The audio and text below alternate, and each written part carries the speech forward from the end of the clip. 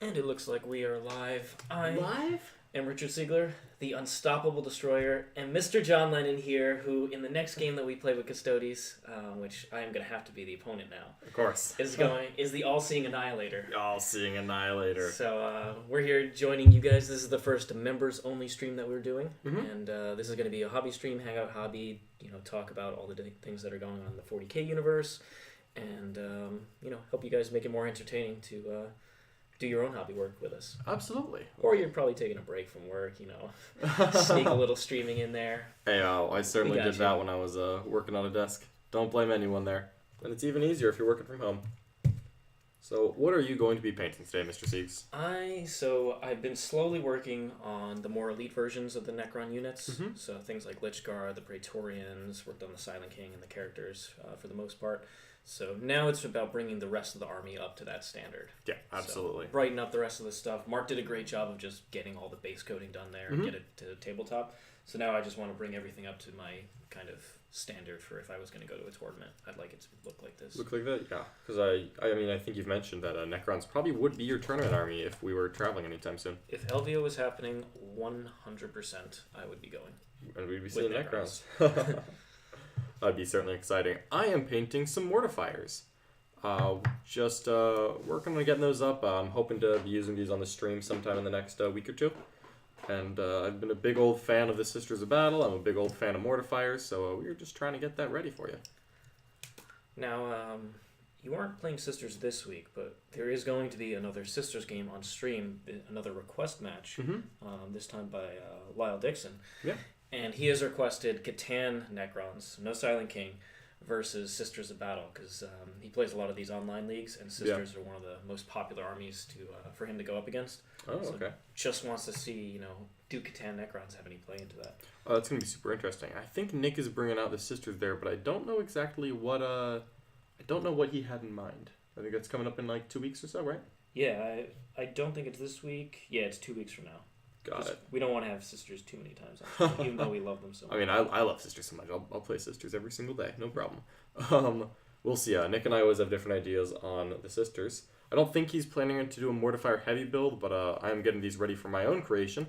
And you know what? Nick will always have access to that if he wants them. You know what I'm excited about, John? What's that? Return to the Star Gods. Oh, they're coming back.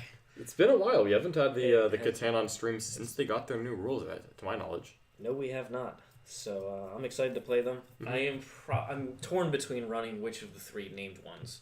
Yeah. Nightbringer is obviously just an offensive beat stick, tons of mortals. He's great all around. So if I'm really going for damage with them, awesome. But both the Void Dragon and the Deceiver have some other utility pieces. So for the Deceiver, you can go ahead and bring up to 3 units back into Strategic Reserve for free. So it's a great way of getting like warrior bricks in there, or that's really cool. You basically force your opponent that they have no good targets besides Catan early, and then you bring in the warriors after you've dealt some damage. Got it. For free, that's very useful. So, and he's also -1 to hit. He's actually really? That's kind of cool. Yeah. He is deceiving you as to where he is. He's hard to aim at, I'm sure. The Void Dragon, on the other hand, is very strong if your opponent is running vehicles. So if somebody was running a bunch of Mortifiers, you really don't want to see the Void Dragon with all his healing he does after killing those that would vehicles. just about be the worst thing. would not want to play against that. We'd have to pull some serious shenanigans to take care of the Void Dragon there. But maybe you'd find a way. There's a lot of interesting stuff. I think the Nightbringer is just like such a boss, though. I feel like you got to take the Nightbringer. Yeah, I feel like he's the first name on the team sheet, and then you decide which of the other ones. I'm probably leaning Void Dragon just because this model is amazing. The model is amazing. I actually like the Transcendescent Catan just because it's cheaper. It is cheaper, but you do in that list. So what I'm actually running around it is Custom Dynasty, Relentless Expansionists, and the pre-game move. Yeah, that's the pre-game move, and then the Custom Dynasty for OBSEC. Okay. And I'm running several units of large scarabs. I'm also running Lich Guard there. Just other durable stuff that can hit reasonably hard, but it's also OBSEC now in that list. Yeah, totally. Just make a very durable midfield board control list, and then push the Catans in so that you have to deal with them. Okay. Well, I could certainly see that working. So we'll see how that goes. But points are pretty tight once you start adding 2 Catan in. So yeah, I can only imagine so. Things are not cheap. Yeah, if you think adding the Silent King is a lot of points, just wait till you get those ready Catan. for multiple Catan. Yeah, it'll be interesting to see though. I'm certainly excited for it. Let's see. No comments yet. But that's okay. I'm also going to be painting some knights today. I am slowly just grinding on those knights, getting them closer and closer to ready for the battlefield. Just do a little bit of work every day, and the knights will be here before you know it. That's my plan. But of course, there are things that are going to be on the stream before them, such as these Mortifiers and the Dreadnought I was painting last time, who was an absolute boss. So I am going to give everything some love. Now, you're somebody who's actually somewhat of a believer in knights, overall. I'm a believer relative to other people. I think knights are better than they're given credit for. I don't think that they're a secret overpowered faction that we're just not using enough.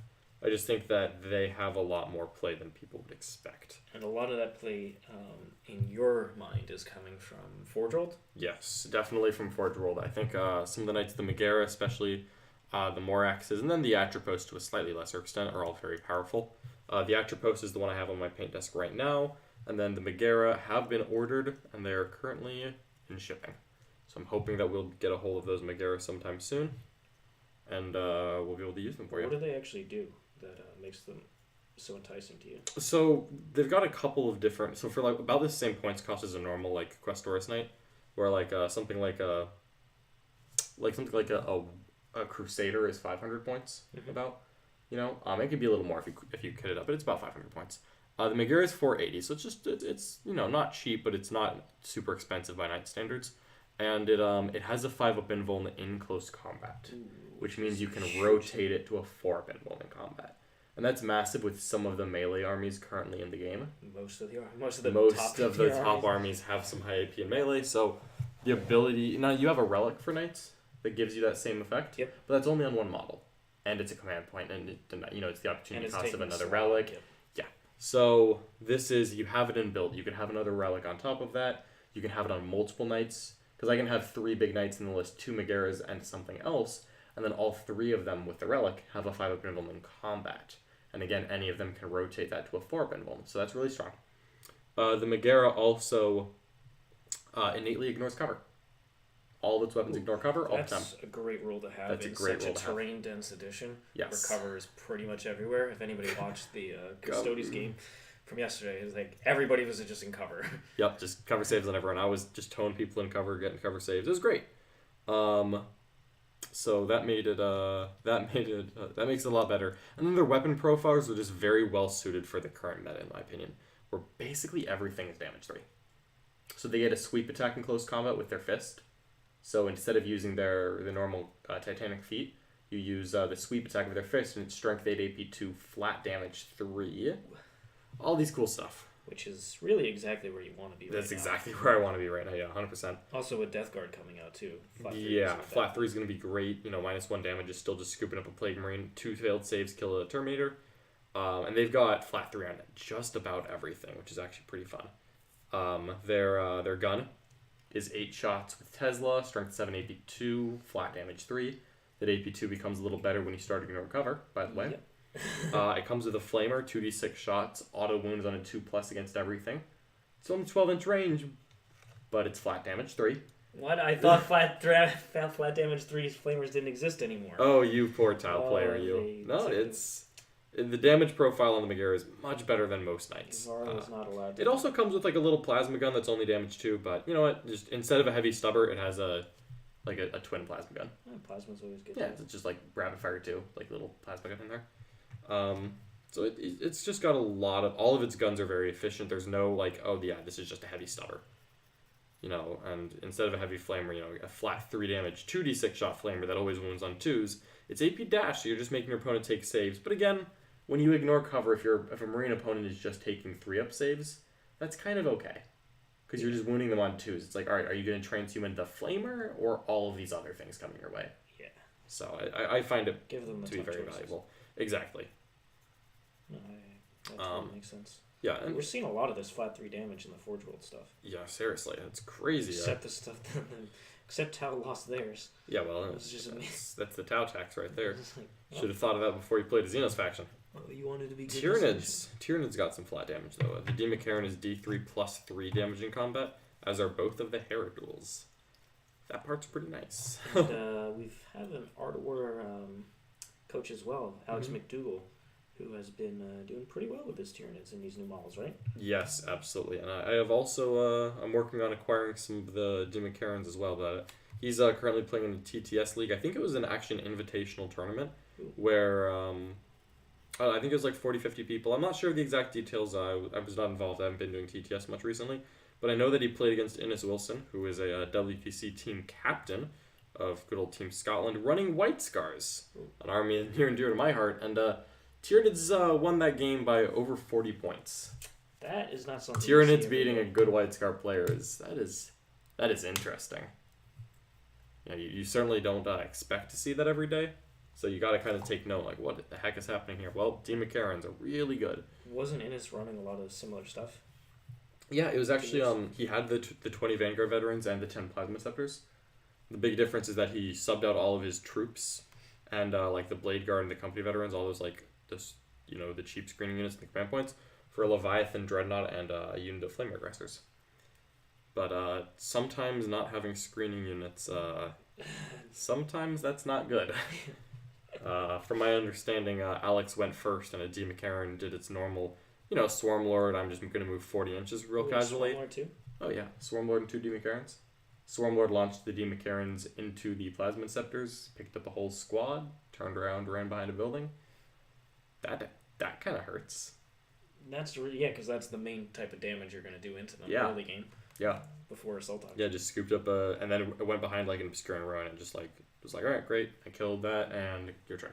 What are you going to do? I do not envy finding myself in that position. That is difficult. Alright, let's see here.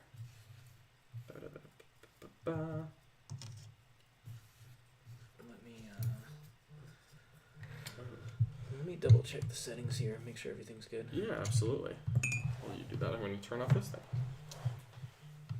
John's quite a hot spot for his phone. Yeah, clearly. He's a hot item. Let's see. No, everything looks good to me.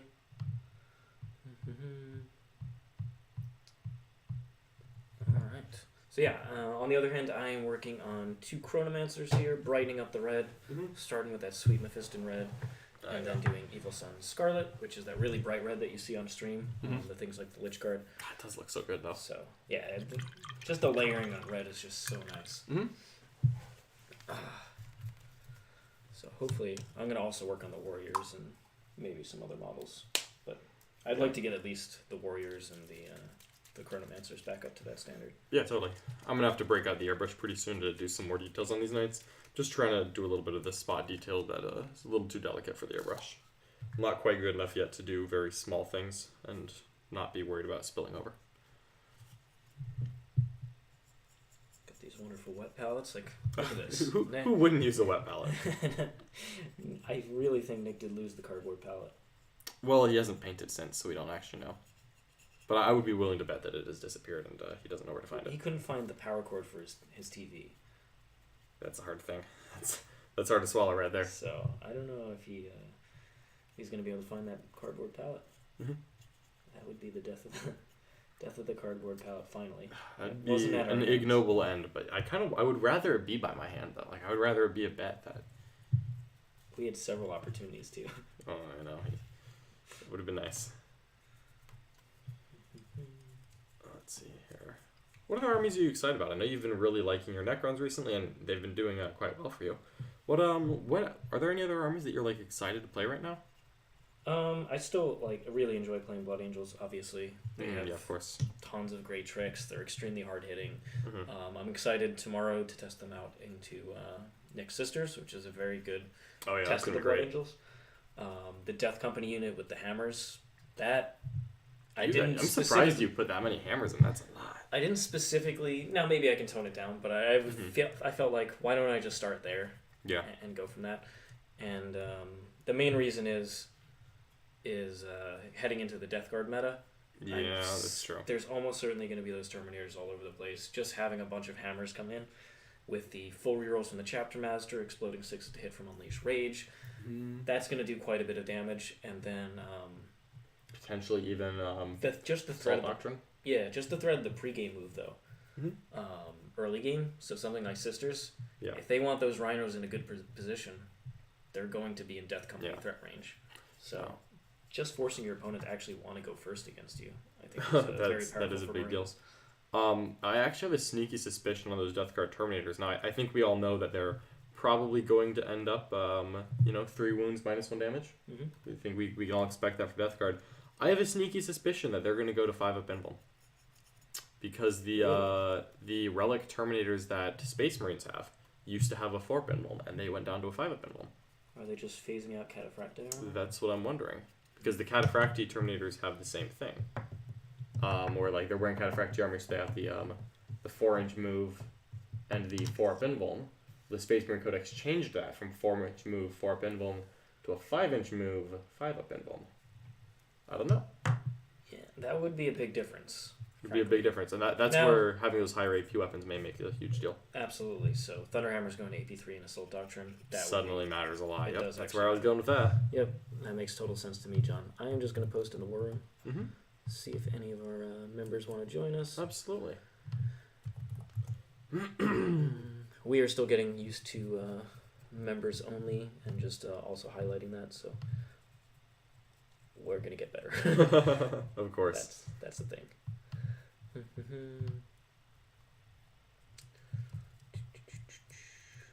So I think the issue is it's actually not displaying the video here that I'm seeing.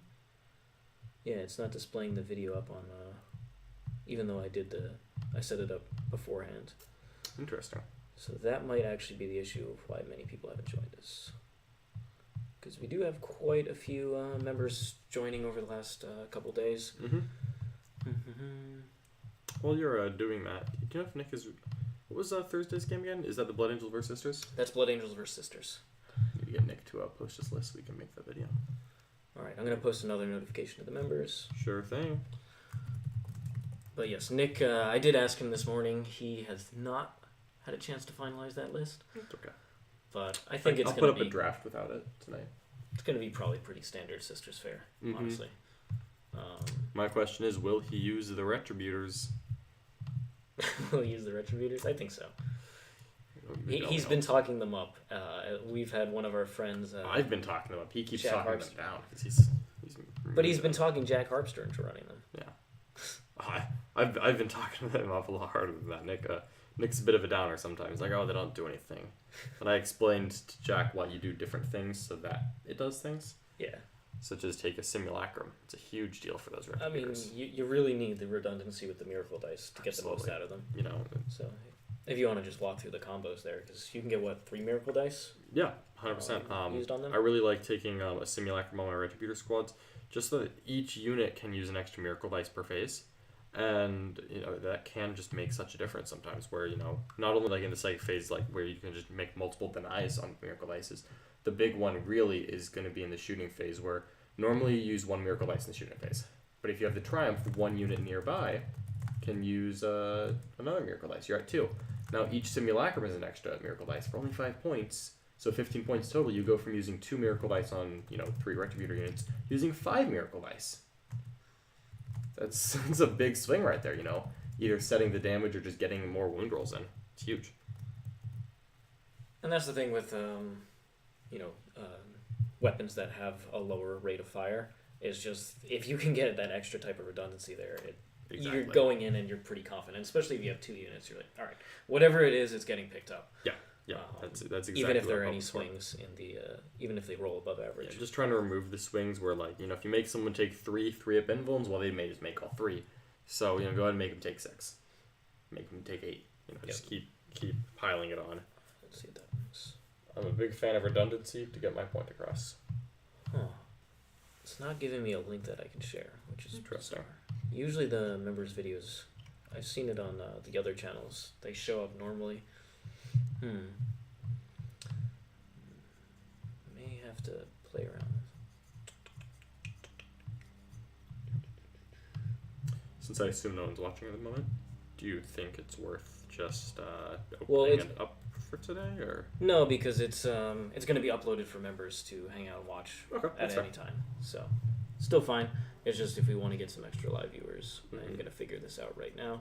So maybe we talk about yesterday's stream match. So it was a really good one. It was a really good game. Custodians versus Necrons. The Dreadnoughts, honestly, they were... I can't decide if I like them or not yet. They were very impressive in several aspects. I just loved how they were alive. People watching this?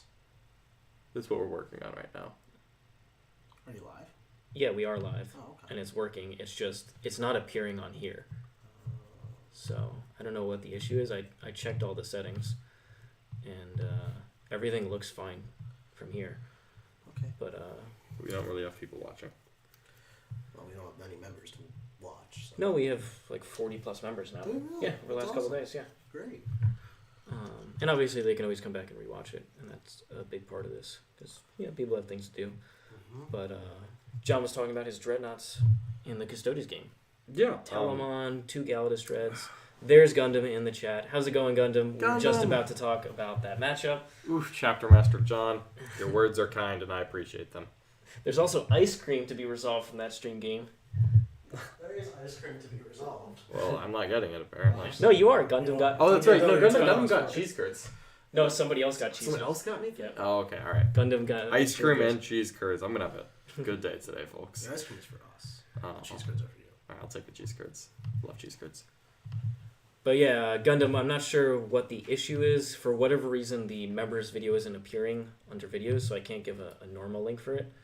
So, not sure what the issue there is, but I'll look into it.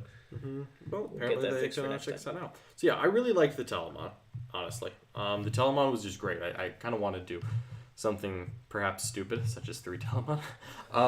Lyle was talking about triple Telemon. I know. And I was like, oh, you don't have enough stuff. And I'm like, oh, but what if? Like, what if it could work? What would you bring to support it? Is this more of an allies type of situation? I feel like that really wants Manticores. So Manticores are just a great bolt-on Imperial ally because you can just fit 2 of them in like a little guard patrol, no problem.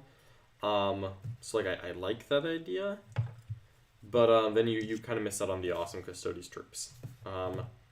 So overall, I think I would actually be totally okay taking just taking the like two or maybe 2 Telemon, honestly, probably not 3. Yeah. Like 2 Telemon, 2 Manticores, maybe like get a Galatas in there.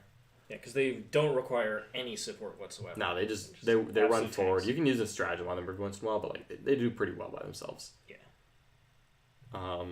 So I was just thoroughly impressed by how they played. The Galatas also, they did really good work. Like they weren't unkillable, but they take an extreme amount of effort to kill for what they are. Yeah, you're not easily picking them up. You have to really dedicate to do it.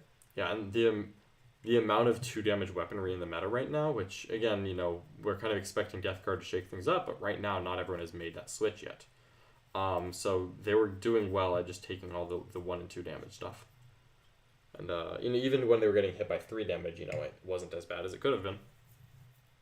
Yeah, like the Sight the Dust attacks. Exactly, like I was still taking those and doing all right. Do you think the Achilles has any play? Honestly, I feel like the Achilles is just a worse Galatas, unfortunately. It's a better melee attack, but the Galatas is more attacks. The extra D3 attacks. And you're really still nice. Good strength, good AP, flat 3 damage. You don't need to be the D3 plus 3 damage. Yeah. Again, as good as that is, you just don't need that in my opinion. The extra defense really does. The extra defense, the 4-up invuln is just huge. AP3 is very real. And the -1 in melee was actually pretty annoying when I was just stuck into the And imagine you were fighting something that wasn't weapon skill 2. Exactly, like that can absolutely add up. But anything that doesn't have good melee rerolls, like that's actually super useful. Well, some Vanguard vets come in and hitting on 4s. Hitting on 4s, you -1 damage. You do the -1 strength stratagem, and suddenly they're strength 3. Like suddenly that Galatas is actually going to tank 10 Vanguard veterans by itself, I think. Yeah, and then scythe down several of them. It'll kill a non-zero number. I mean, well, maybe if Sieglers are only involved, but it should kill a couple. There shouldn't be as many left. So I really liked the Galatas a lot. I actually wrote a list this morning that was a combo of guard and Custodes. and it had 3 Galetas Dreadnoughts in it. Oh, we have to get a third one, John. I know. In addition to the one we're borrowing from Frosty Forge. I know, but oh man, it looks so cool. Now the list was for a client, so I wasn't necessarily going to put it on stream immediately. But when I looked at the list, I was like, this is actually kind of cool. Like I was like, No, I think Custodians and Guard are natural allies. Yeah, they make perfect sense. Guard are just a great supplemental ally. They work well with both Sisters and Custodies. I don't think Adamek needs them, but I mean, Sisters and Custodies though definitely like having a Guard ally. So I was just generally excited about that. But we'll see. I think there's a lot of more play in the Custodians Dreadnoughts. I'm hoping to put some more time into Custodies over the next couple months because I'm trying to play a little bit less of the White Scars. We're letting Nick have the White Scars next week, so I think we can let Nick be our Spaceman player for a while. I want to play a lot of other Imperium stuff. I'm getting my Knights ready, my Sisters ready. Maybe I'll snag another Galetas Dreadnought because that's pretty cool. We'll see some options. I just like everything the Imperium brings to bear right now. Yeah, Imperium is in such a good spot overall. Yeah, absolutely. It's just absolute abundance of riches. Mm-hmm. Also, I really like the idea of honestly, I kind of like the idea of a double fist Telemon just running forward and wrecking people. Flat 4 damage. He's 7 attacks at that point. Yeah, and the double flamer is really not bad. No, I think that's fine. It would be 43 shots at strength 6, AP 2. Like, they're 43 auto hits. Yeah. Now, yesterday's game wasn't the best for the weapon that you had brought. That's true. There definitely are matchups where I'm going to be grateful to have that gun. Yeah. Because a little bit of long range firepower, into some guard tank commanders, super nice. Absolutely, Adamek tanks. If I'm trying to pick up some. Your Scorpius want to come out in the open? Perfect. Yeah, that's here 6 damage and that's true. There's definitely some opportunity there. Yeah, that was just probably one of the worst matchups for that particular gun. Sorry, we made quite the battle out of it. Still. Exactly. Those Custodians can fight through. News. Oh, tell us what you got. Nick's got We're news. legally a business in Florida. Oh, thank goodness. Brilliant. Brian's going to be so happy. He's the one who sent it to me. What a great day. Excellent. That is fantastic. Glad that we got all the paperwork done. We're talking also about next week's games, where we're going to have Grey Knights versus White Scars. Nick Scars, YOLO White Scars making a return on Brown Scars. Brown Scars. You going to take Corsair Khan, or maybe not, just because he doesn't fit in an Impulsor? He doesn't fit in Impulsors. So. Yeah, he's too slow. He's too slow. Can't keep up with the army. Now, have you put any thought into what that White Scars is going to look like? I was going to copy and paste yours. Should I not do that? You totally can. I'm not opposed at all. I don't feel like solving what's already solved here. Okay. No attack bikes? I love attack bikes. I do. I don't I even feel think like they're that terrible in Scars with multi-beltas. Yeah. I just don't think they're going to make it. Understood. This is broken, and I would be remiss to try to make it worse. All right. Well, we'll see how that goes. That'll be certainly fun. Grey Knights have very, very powerful tools. All the extra damage that they have, the sheer volume of fire. They have many ways to get extra AP. Oh, yeah. I'm sure that'll be a very interesting game. And then just the sheer amount of psychic damage that they can do when they want to. Well, you know what? He will be able to pour the Witch. I'll see if he can kill more than a unit here. I would hope so. I'm rooting for him. They gotta support the Scars. Would you try the Dreadnought with the Spear, the Achilles Dread? Again, I think that the Galetas does it better because for only 10 points more, you get a better invuln, -1 to hit in combat, and more attacks. Flat damage 3, it's so hard to justify. Now the Achilles, it gets I think it gets flamers built into its wrists that are pretty decent. Yeah, or you can take the Adrathic weapon, I think. Yeah, well, I think the spear has a D3 shot version, I think, or I think it went to 2 shots.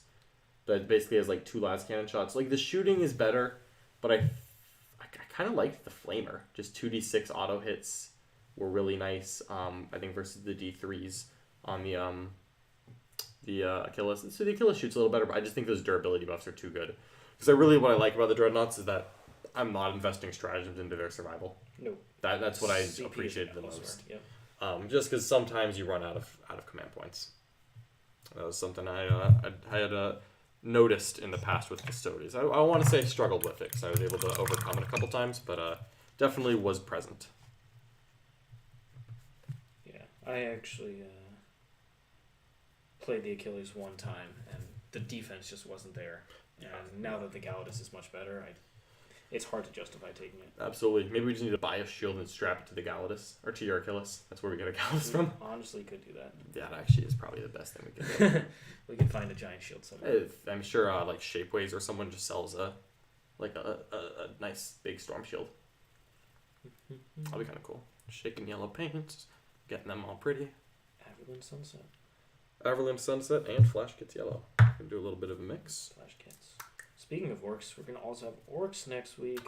Are we gonna return? Are we ready to talk about that yet? I was gonna, and I guess we can talk about these orcs. But I don't really know what the orc plan is gonna be. I think Mark's gonna be in charge of that. I think so. I'm more excited for what they're playing against. What Which Black Templars may be coming back, folks. Black Templars. John has been talking them up. He's been gathering the special characters, which is a big part of Black Templars. It very much is. And we're gonna finally get them on stream. Yep. And John is excited for. I am. I genuinely am. I think they're actually like they have very playable. Yeah, they have amazing stratagems. Having advance and charge and no fallback. They have what's the other really good strat that they have? Devout push. They also have a 4-up Deny the Witch. Somehow their index gave them like the 4 good stratagems they had. And they still have the good relic as well, right? Yeah, they still have some very decent relics. They have like a once per game aura of 4-up Invuln. Some things that help like their chaplains out. Like they've got some actual solid play, which is surprising. Because some of the indexes, like Space Wolves and like Blood Angels, their indexes were very tame with the stratagems and options they gave them, where they didn't give them the good ones.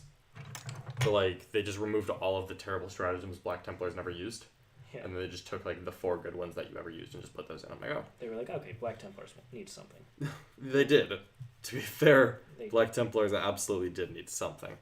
But I'm just happy that they actually gave it to them, because I maybe wasn't expecting GW to be generous with Black Templars based on the last 12 years of watching Black Templar rules. Have they ever been good before in the history of 40k? There was a point in 4th edition where they were really good. So we go back to 4th. Yes. I believe 4th edition was the last time Black Templars were just legitimately competitive. And even then, like, legitimately competitive isn't, like, amazing. It's just not terrible. Is there any army right now that has never been top tier? Any moment in 40k history? Really, I mean, even Tyranids had, like, a couple moments. Yeah, because even in early 8th edition... I mean, this is probably one of the 2 best times that Harlequins have ever been. Like, this is... Admech have definitely been top tier. I mean, Chaos Space Marines have been top tier. Even though I wouldn't argue there. And I think everyone has had a moment in the set. Okay, so there's no like faction that's just barely has not made it to top tier. No. Yeah, Tyranids would be the closest. But Tyranids, though, it's just been a while. It's not that they've never been good. Yeah. And Tyranids definitely were legitimately powerful at various points. I mean, even in 4th edition, Tyranids were actually great. Because at least Grey Knights had 5th edition. Yeah, and they actually had some points in like end of 8th where they were very, very solid. Yeah. And Grey Knights in 5th edition were so obscenely broken. That's when I stopped playing. Yeah. They got broken. Did you get to see the rules, or did you? I bought the Codex and then just never got to play with it. It was obscene. I hated it so much. That like literally just that Codex ended Tyranids as a competitive faction. It's like, wow, any Marine in my army auto kills any of your models. I'm like, I still love the old Force weapon from back in 3rd edition, where you just do the psychic test and you reduce the enemy model to 0 wounds. So you could get around Eternal Warrior. It did that. Oh, well, they removed Tyranids Eternal Warrior at the same time, they did. that they gave Grey Knights instant death. And you just casted the spell whenever you did a wound. It didn't take up your normal cast. Do you need any of these blue ones anymore? No. Okay. I'm all good, thank you. Put them back in the train. Mm-hmm. Just doing some dry brushing on the try toes. And keep this place clean until Nick has a day in the sun mm-hmm. here. I'm sure he's going to come paint us Harlequins eventually. Now we're just going to use witches the rest of eternity. Yeah. You know what I think we should do? I think we should have a stream house hobby challenge where for 3 months we catalog how many points we paint. Like winner gets something at the end. Yeah. Something little like last place buys first place dinner. Perfect. Nick buys someone dinner. Nick buys somebody dinner. I like it. Well, he still has to make me dinner, and that hasn't happened. What's What's your happening this weekend? I'll sleep in the closet. How about a hobby challenge? Closet and dinner. I know what I owe you. Give me ice cream. and Lord Drinks. Where's your... You also need to call me. You're getting ready for this too. You're gonna call me the Lord of Titan as well next week. I don't know you wanted these. Yes, you do. From the Necron's game. That game doesn't exist. It didn't happen. Hey Nick. Nemesis Nick. Nemesis Nick. What do you think about doing a little hobby challenge in the stream house to see like over like a month, like every month, see who can paint the most points? No, you're gonna win that every single month. Okay, so you could just paint more. Would you like to handle the accounting to make our business a legal business? Well, it's already legal now. You don't need to ever do any accounting again. That's how I'll tell accounting Brian works. I'll tell Brian no more accounting. Done. Tell me how to paint. I gotta paint. Mr. Siegs, Yes. where are your Death Watch? I only have the few that I use. Remember all the way on the bottom floor. The rest of them are down there. On the bottom shelf? Bottom shelf. Bottom shelf. Okay. Yep. They're in the left corner of that bottom shelf. They're next to Custodians, I believe. Ah, lovely Custodians. Nick is prepping the Death Watch for today's War Room game. Absolutely, that's going to be super exciting. Death Watch versus Slanesh. That's. I mean, you know I love Slanesh demons. Slanesh have been on a tear on stream, so particularly in the War Room. So Yeah, that is not an easy matchup for Death Watch. yeah, absolutely. It's going to be a really good test. Like we think Death Watch can be very competitive. We saw them do well into a very solid admic list that you were running. So I'm excited Blood to. Angels. What's that? Blood Angels. I'm talking the Death Watch. Oh, into the Death Watch. Yeah. Yeah. Yeah, so I'm excited to see like the Death Watch into another, high tier faction. So we definitely consider Slanesh Demons to be a very good faction. They've had a lot of tournament success. They've won quite a few events and top 3 and more in Europe especially. Not as many events in the United States, but we aren't having too many, so that's not too much of a knock. So I'm excited to see how they kind of stand up to the Death Watch and see if Death Watch are legit. I mean, they have great tools, cause, especially the version that Mark is running with tons of OBSEC bodies, the large Demon Epics. It's going to be super and, useful. Nick has transitioned to running less Plasma Inceptors, so he doesn't have amazing tools into all those Demon Ep bodies. Yeah. So, should be a really good test. Gundam asked me if I would still take the Aquilons over the Alaris. I think I would rather take the Alaris. Even though D3 damage is very unfortunate, the change in points is considerable. And I think what I want to use... Are they 10 points cheaper model? It's 10 points per model cheaper. Yeah, 10 points, yeah. So it's 375 versus 325. That is... You do get a lot for 50 points. And especially when, if you do soup, you're more likely to have an opportunity to use that on something else. Yeah, instead of Misericordias. Yeah, exactly. Which is basically, alright, here's my Custodians list. How many Misericordias am I going to add in here? Yep. Although I've actually, thinking more about it, I think I actually want to add a Sisters of Silence to pure Custodians again. If you have that extra elite slot? Well, yeah, because honestly, you normally have an extra elite slot in Custodians, actually. Yeah. Because you need more than a patrol, so you end up getting 6 elite slots from either a battalion or vanguard, but you never need 6 elites in Custodians. No. So you almost always have a spare elite slot in Custodians. You're either doing no elites, or you're doing like, alright, I accept I have to do a battalion / patrol / vanguard, and then you just have elite slots spare. Because you can't use all of them. No. Although, if I could, I would. You could with Sisters of Silence. With Sisters of Silence, you actually could. I just think 1 unit's enough.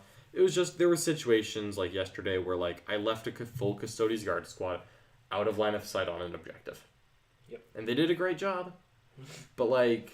They stepped out for a turn. Yeah, and then I just like, I was like, yeah, let me make him think about it. Nothing changed. I was like, I guess I'll just walk back. So that was a little sad. Because like I just wasn't willing to give up those primary points. Yeah. And you couldn't really afford to. Yeah, exactly. So it was a banner as well. Yeah. And John knew that I would instantly teleport back there with the... I wasn't a fan of that. So, no, I think that was... Just having a 50-point sister squad back there isn't bad. Yeah, I liked it. Why are they not troops, please? Please. I think they're not troops because there'd be a lot of Sisters of Silence in Custodians list. Yeah, I think that's their reasoning. honestly, I think that Sisters of Silence should be troops that don't take up a slot. Yeah, I agree with that. Just feels bad that they take up the elite slots. But I also understand that they want us to take Custodian Guard, and I would literally never take them if Sisters of Silence were troops. Yeah. As good as the Shield Guard are, and they are very good. Yeah, as we saw. As we saw, they tank for a while.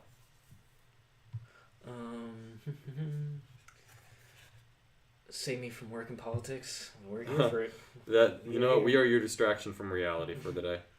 There's a lot of work and a lot of politics in the United States going on today. Go check the news if you want to talk about that, because we really don't.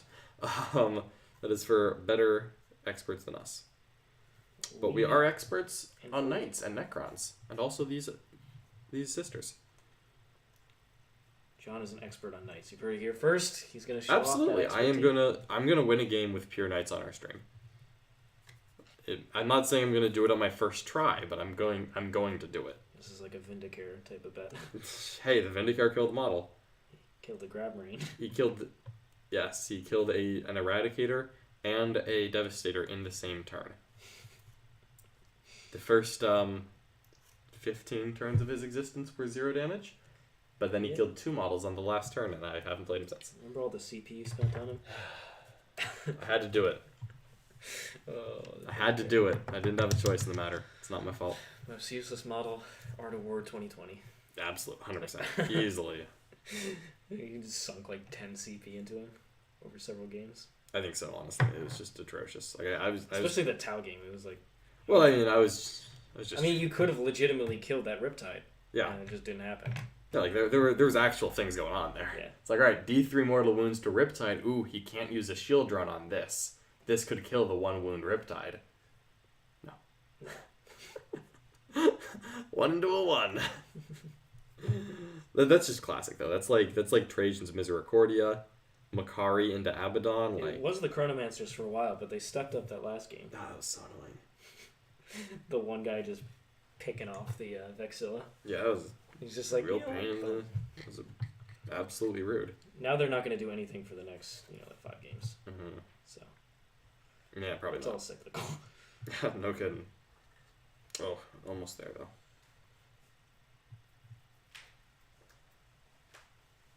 When do you say those Night Matures coming? Don't really know. I might have to go check the tracking on them. Okay, but they're on the way. Yeah, they're on the way. So I do want to see these knights out.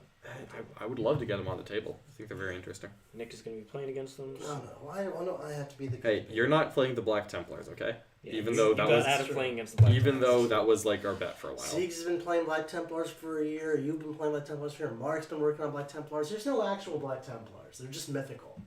They're coming out next week. They're going right into those orcs. Is that? They're going to devout push. Is that a real thing? They're going to devout push right into the orcs. Okay. Yep. It's going to be devout. Yeah, it's like a classic like Armageddon style matchup. Black Templars into Orcs is a very, very thematic, fluffy match there, and that is really what I'm going for. What do we think versus the Sword and Shield Dreads? The Sword Dreads are The Storm Shields are the extra, the -1 to hit, the 4-up invuln, and the extra volume of attacks. That's too good to pass up. Yeah, entirely agreed. Yeah, it's worth the extra. What is it? 10 extra points. Yeah, it's only 10 points different. It's barely anything in this grand scheme of Custodians because that's just a couple of Misericordias. Yeah. At the end of your list. Either that or you drop 1 model and you gain a bunch of Misericordias. Which you These are the 2 don't, options. Which you hate doing. You hate doing, but you know what? I think that it's the difference is real there. Alrighty here. Let me grab these warriors, which are in a gigantic pile. A giant pile of warriors. Don't have shelf space for them. Shelf spaces for the week. I always feel so sad pulling them all out.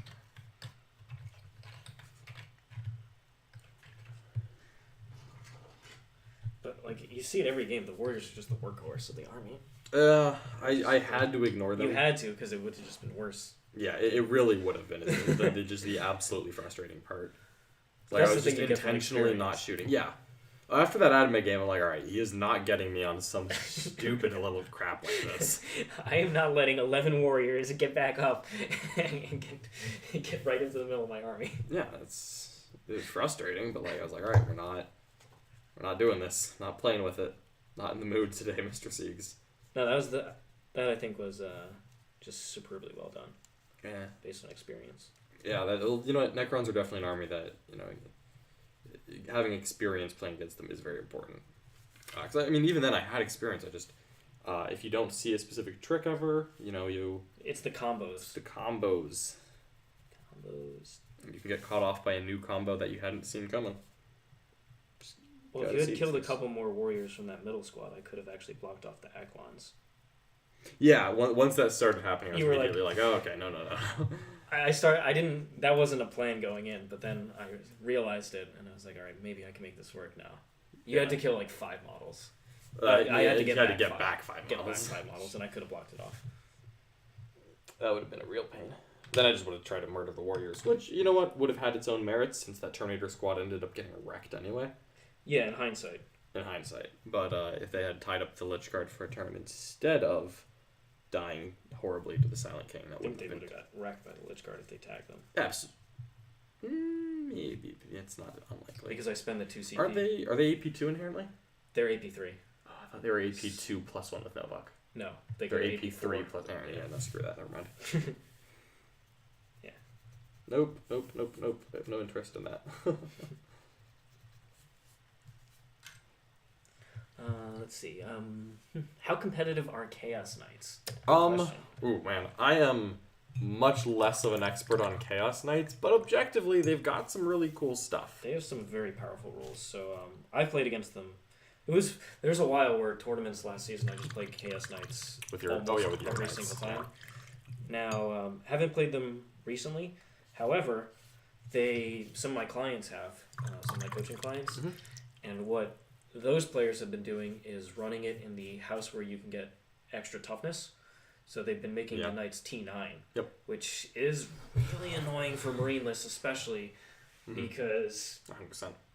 Plasma Scepters are strength 8. There's a lot of Eradicators, Infusion, and Melta. Sanguinary Guard are strength 6, hoping for going after T5 or less. They don't want to go after T9, even +1 to wound. Yeah, they still win on 4s. That's still win on 4s, but it's not like. It's not great. I think Blood Angels really are okay there. That's where most armies. That's where you really miss the +1 strength, because the hammers with +1 strength from the Priest in 8th edition, that would have been. Oh yeah, that's. They don't get the +1 strength anymore, so that is it's a big deal. It's more annoying than it had been. Yeah, I can totally see that. They also have the relic. Is it a relic to make them OBSEC? Yeah, they do have that relic.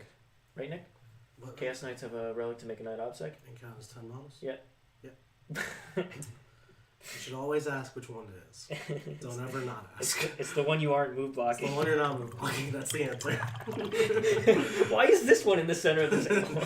Nick realized it. I was like, oh, come on. I could have just move blocked that one. It doesn't matter. But what was your question, Mr. Nick? Speaking with your brother, Mr. Other Siegs, you may have to run to the bank while I'm playing board today. I'm working on it. Okay. Is this emergency type of set up the accounts? I don't know. I don't really understand. He's sending me walls of text. All right, I'll read it after. I'll keep you informed. Okay. Send me walls of text. This is a lot of work to read. Nick doesn't have his reading glasses either. Oof, tragic. With Melee being the new meme, do you see a double fisty Telemon being a competitive inclusion? Actually, yes. I don't think they're mandatory, but I actually do think that a double fist Telemon is very strong, to be honest. Again, just having potentially 7 attacks with that guy all the time. You saw how good those attacks can be. Flat 4 damage is amazing. Flat 4 damage is amazing. Nothing quite like it. Yeah, I could totally see that being a thing. John was actually talking about potentially going up to 2 Telemon. Potentially going up to 2 Telemon. I was really impressed with the Telemon. I wanted a second one. Just thinking of how much space those guys occupy. They're very nice. Their base is hilariously big. You just plant that on an objective. You have that stratagem to heroically intervene. Like, yes, you can get outnumbered with OBSEC. Necron warriors are uniquely well equipped to deal with that. Compared to anything else in the game, like a Necron warrior is the worst possible thing for that Telemon, and I was still actually happy with it.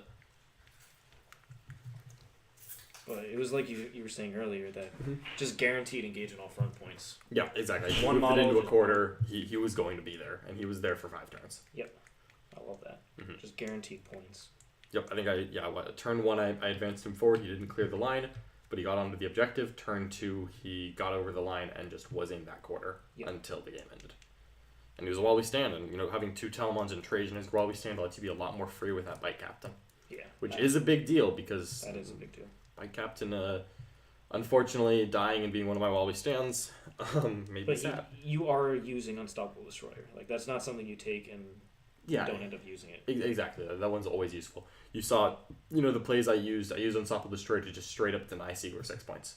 And that banner could have ended up being more than 6 points, so... Yeah, it could have... It probably would have lasted for the rest of the... Yeah, if he hadn't gone over there. Yeah. That ended up being maybe 10 points swing just from Unstoppable Destroyer, and that's huge in making these tight games closer. All right. What do we want to do here? So, Elastus and Fist for both, thinking that gives you the best of both worlds? I think so. I really like having the one Cestus, the Fist, just because immediately having 5 or 6 melee attacks, the very good profile that they have. I am a fan of that. The second Fist is just the 2d3 flamer shots and the at 1 extra attack, which is fine considering it's free, but I think having the gun just gives you more options. Yeah, and we were talking about it before because there are a couple matchups where there's some vehicle-heavy armies. Yeah. Just being able to almost pick up a vehicle a turn. Exactly. And is honestly, a big deal. having 2 Telemon, Yep. with each having 1 gun, that's enough to now kill 1 tank a turn. Guaranteed. Yeah. Pretty much. It's not guaranteed. Not guaranteed, but you're going to do a lot of damage to a tank a turn, and you feel a little other chip fire to just make sure you can finish it off, then you're golden. Yep. That's something I would love to have. Alright, let's see here. These knights. I want to let these mortifiers dry a little bit more before I dry brush them, because I just put a wash on there. So I think I'll just do some touch-up detail on a lot of these yellow armor plates. And then John's next hobby project, right, is those Tyranids when they come in? Yep, yeah, that same order that has a Megara should be bringing not I cannot wait to see those Tyranids. the Macarons are going to be amazing. I'm super excited for that as well. I've actually got a lot of army projects coming up that I'm really hyped for. As much as I love Space Marines, none of them are actually Space Marines. So I'm kind of excited to just do a little bit of something different for a short amount of time. That's why that's one of the many reasons why I've really grown on the Necrons, is because just so many Marines for so long. I've been painting Marines for so long, played the Blood Angels, trying the other chapters. It was just nice to have something new. So Yeah, absolutely. as soon as we get more of the Xenos Codexes, That's going to be great. I'm just excited for that. We'll see how long GW wants to make us wait before they give us a Tyranid Codex, but oh boy, when they do, I'll be happy about it.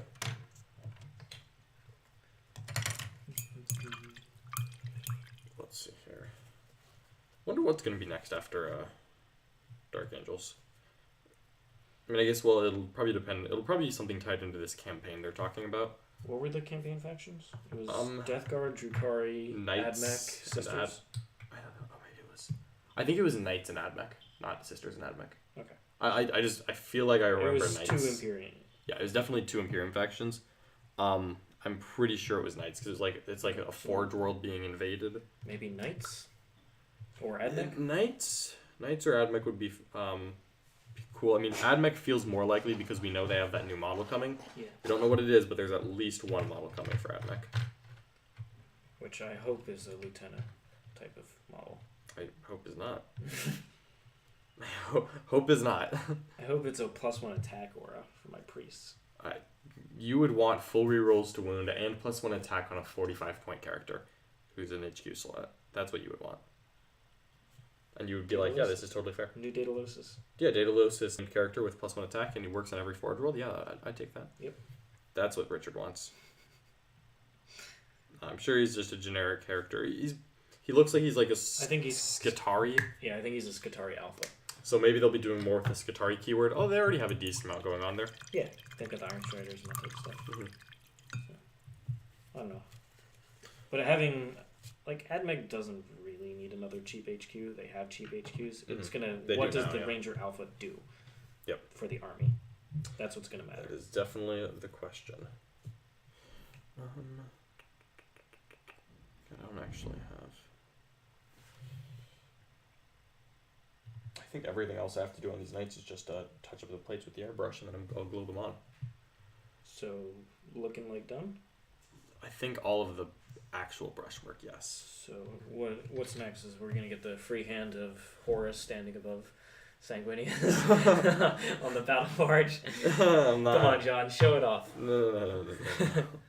Maybe you guys want to watch John Lennon try to learn how to put a decal on a shoulder pad? I might struggle for a long time with that. You need to put it's the gloss thing on there. Oh yeah. Hard coat. Everyone's telling me to varnish. Is it lambing and medium? I've never used it. No, lambing and medium's a mixer. I think it's hard It's coat. hard coat. I have hard coat if you want. Doesn't it make it shiny? I'm gonna do some research before I put that on. I'm not really sure I what would that do does. research because let's not mess it up. Yeah, please no. But we'll see. We'll make these knights pretty, guaranteed. And they're gonna sneak on stream and. Also, they're a very different color than most of our armies. So Yeah, that is. I'm really looking forward to having a nice yellow army here. I'm very happy with how they're looking so far, though. Yellow is really stands out well. No, I think they're looking great, John. Mm-hmm. Get all these warriors. Let's see. I think these mortifiers actually might be ready for a dry brush here. Just make sure they're all dry. And what number mortifier is this going to bring us up to? These 4 are going to bring me up to I think 8 in the painted category. Right, so And the goal is to get to 12. getting towards the 12. Getting towards the 12, and that's going to be a bucket of fun. I feel like mortifiers, like a plurality of mortifiers. Like, what do you think you call that? Like a murder of crows. Murder of crows. I feel like mortifiers are transported by the bucket. It's like a bucket, or maybe the barrel. A barrel of monkeys. I just feel like this is like a barrel of monkeys, but they're crazy, and they have flails and like machine guns. What about a casket of mortifiers? Oh, A hearse of mortifiers. I like casket. Casket. A casket of mortifiers. Casket of souls. It reminds me of that. Yeah, these poor lost souls. I like that. The real question is, how badly have my sisters been behaving if every single member is a Repentia or locked into a mortifier? Because mortifiers are Repentia that fail in battle. Yep. Like, you gotta...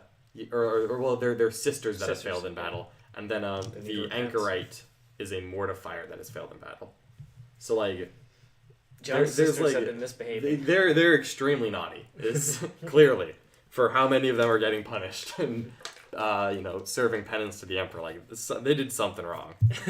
I don't know what it is.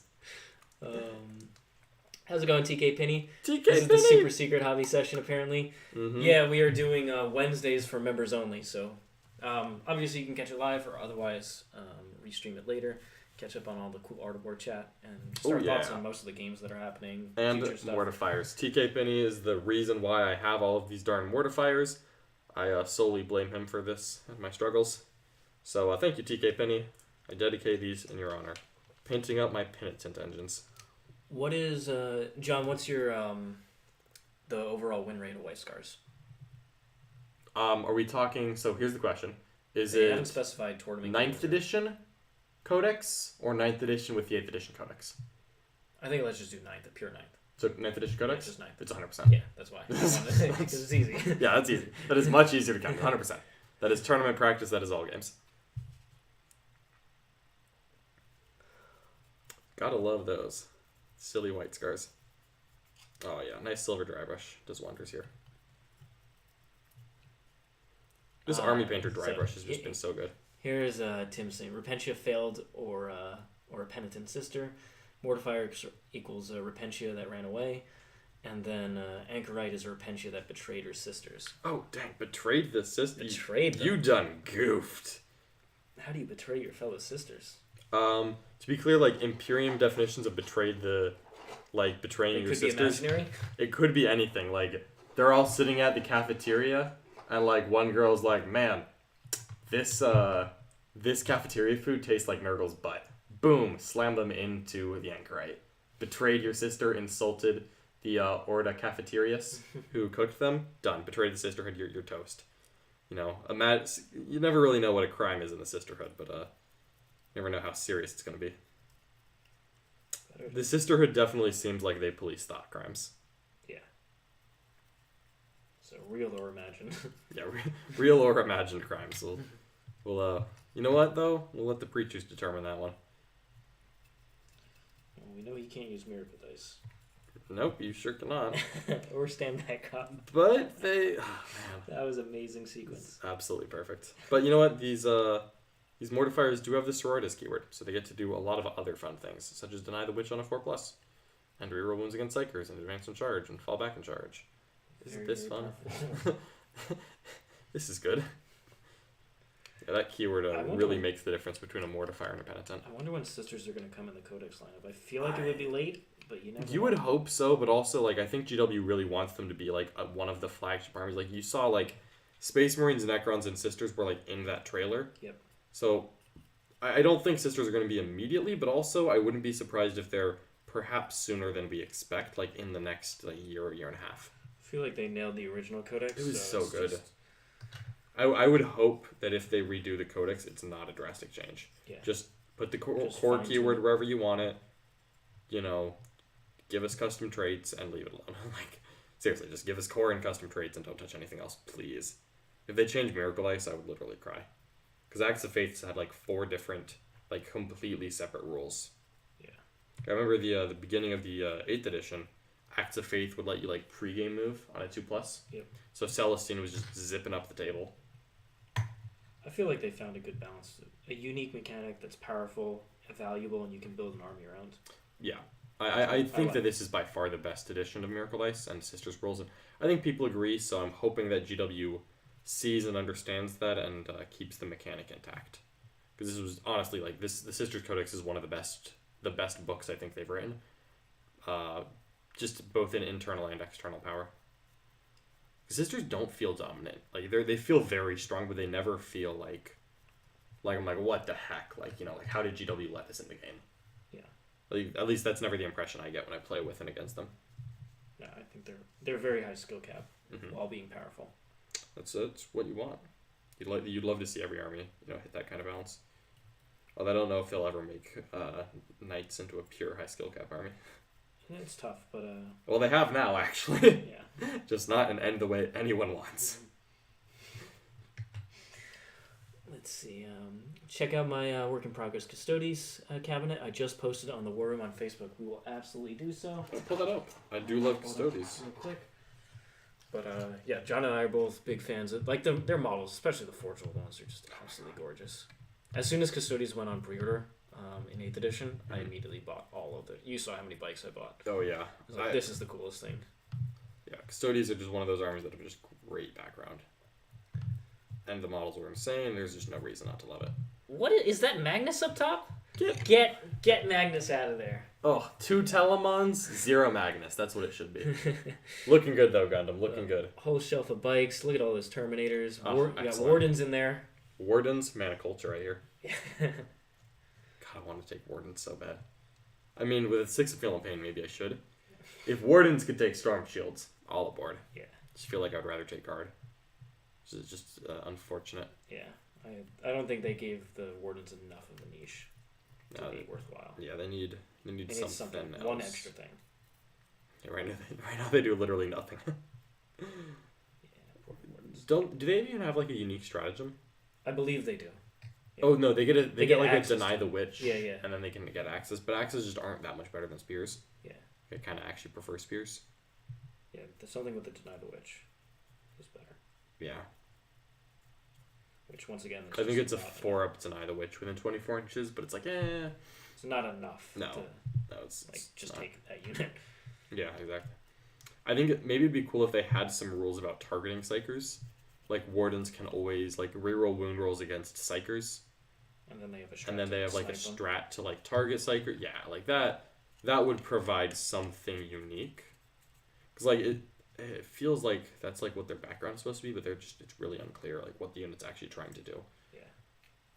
And then when it comes down to it, a unit that fills a tack slot is going to be better than an identical unit that doesn't fill a tack slot. Yeah. I mean, the balance team has gotten much better with just designing specific roles for each unit now. Oh yeah, absolutely. So I would definitely have faith that they'd be somewhat useful the next time they exist. Like the next time they get rules, but Psychic Awakening. They do exist, John.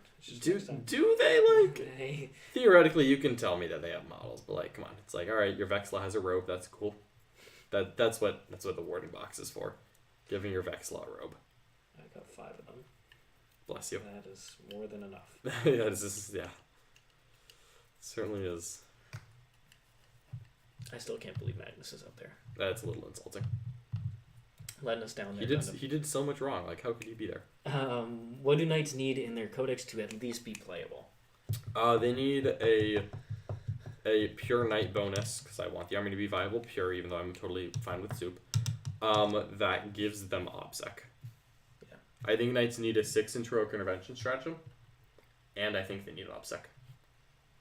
I don't want to see knights get any kind of damage buff. That's not necessary. It's not needed. Knights do damage fine. Or I think. going back to having 3-up invul. Exactly. Like I'm actually okay with them getting this is. So I would kind of want to like make a couple changes at a time and see how far we need to go. I think change number 1 is have an oath system that's like sacred rites, where you choose which oath you're swearing before the game starts, or you roll 2. Mm-hmm. And one of them should be that like the heroics. I would actually say one should be that your knights get OBSEC. Okay. Maybe like a situational, like your knights get OBSEC when they're not in your deployment zone. I can see. Right, like that would be like very fluffy, like because like they're actually going out. Yeah, it's like a crusading lance. A keyword Titanic model with this oath gets the objective secure rule when it is not when no part of its base is inside your deployment zone. Because like knights are not defenders. Like this is like you're like launching an attack. Yeah. You're taking like big and that counts as 10 models. I would want both of those. Like that would be really cool. That would be the first thing I do. Second thing I do, I think they need a stratagem for a 6-inch heroic intervention. Just like people just walking 3.1 inches away to move block you. It's like, all right, this is really annoying. Like knights. Yeah. You've got so many limits with terrain already blocking you. It shouldn't be that. I was gonna say, yeah, it's the terrain. Yeah. Now lack of flying infantry. I'd be okay with knights having a Kool-Aid Man strat to go through a wall, but I acknowledge that is difficult. Although I would actually accept 1 CP. This knight can move through ruins and industrial structures, but cannot fire any shots this turn. That would be kind of cool. Like it's like putting its shoulder down and like running through a wall. Yeah. Something like that. I think the 6-inch heroic is just an easier mechanic to put into the game because it's already existing. And it's just perfectly easy. But like something so that they're harder to block because terrain already blocks them so much. It's when they get blocked by just like 10 guardsmen 3.5 inches away. It's like, all right, this is terrible. So I think they should get a 6-inch heroic intervention stratagem. And then the third thing I would do, and I would do these in order because I don't know at what point it's too much and knights become too good, I would up the wound count of knights. I would go flat 30 on them, not 24. I don't think, they don't need any offensive buffs. Knights kill fine. I don't want to get to a point where Castellans are just removing every single model on the battlefield, but, when they can be shot while not being able to shoot at the direct line of sight weapons firing at them, and then you've got things like multi-meltas that are +3 damage. Yeah. The damage of the game has gone up. Mm-hmm. Multi-meltas, and melt weapons are higher damage than they used to be. There's a lot more flat 3 wound weapons in the game. There's a lot more D3 +3. You've got D McCarran's that are just literally D McCarran just walks into a knight and kills it. Just if it doesn't have the 4-up invul in combat, D McCarran just straight up walks in, kills a knight, walks away. That's crazy. What about giving them? I think that works. Yeah, and I my gut instinct is that if you put all 3 of those together, knights would be a competitive faction. However, I acknowledge giving them more wounds could be a point where we're going too far. So I would be fine doing the first 2, playtesting it. If I was a playtester, which I 0% am, God, I wish I had the time and was offered to. If I was offered to, I probably would say no because I don't have the time. But that would just be cool. I would like them to expand knight households and have the household infantry, have all the different mechanical supporting units that they have. I would love if Peltists and the Secretary, yep. the Titan Guard work with the Titan Guard, yep. Because the Titan Guard are like, oh wow, we get this rule next to Titans. That's what I would like. Literally no. It makes their army more flexible, and I think that's what we should have overall is flexible armies in 40K. Yeah, I'm 100% because they're all okay flexible in the fluff. Yeah. I would love to see what is the name of their Sacristans? Yeah. Sacristans are nobles that have gone to Mars. Have the Forge shrine. World. Yeah, they have a Sacristan shrine. Throw it in the garbage to get rid of it. I'll use it on the display board only. But have the actual Sacristans have a model that can accompany them on the battlefield. Yeah, I would love it. Yeah, and it'd be. Yeah, that would just be cool. Which is funny because like making the detachments work would be weird, but like have like a sacristan detachment, like a specific detachment for knights that like has like 3 Lord of War slots, 2 elites, and like an HQ. Or they can just make them not take up slots if they're. Or just make them make a sacristan, a Lord of the War that doesn't take up a slot. Yeah. It's like a 70-point tech priest. Yeah. They can do a lot of things with knights, and I would love to see more options with knights. But again, I want to stress I don't think knights need any kind of damage changes. I think the problem is just that knights can be exposed and killed and aren't able to interact, and that's what's not fun. You know what? We've hit the other point where like you could play against knights and not be able to interact with them, and it feels kind of bad. I was thinking of like -1 damage knights, but I'm like, no, that's too crazy. Yeah, like, that'd be too much. Or some people would recommend like transhuman. I was like, no. I mean, you can actually transhuman a knight right now. It's a warlord trait. But no, like having it as their faction bonus or whatever. That wouldn't be enough. That's the weird thing of both not enough and too much. Like too many arms, it's like, wow, this literally does nothing. Like if you're not bringing strength 9. Do you have any bricks floating around? If you want, you can unplug my phone and take that brick. Nick, what changes do you think knights need? Knights? Imperial knights. Or chaos. They need a variety of units. Yeah, Put definitely. Some Sisters of Silence in there, something cheap-ish to just be not a knight. I think that would do them wonders. Mm-hmm. Yeah, totally.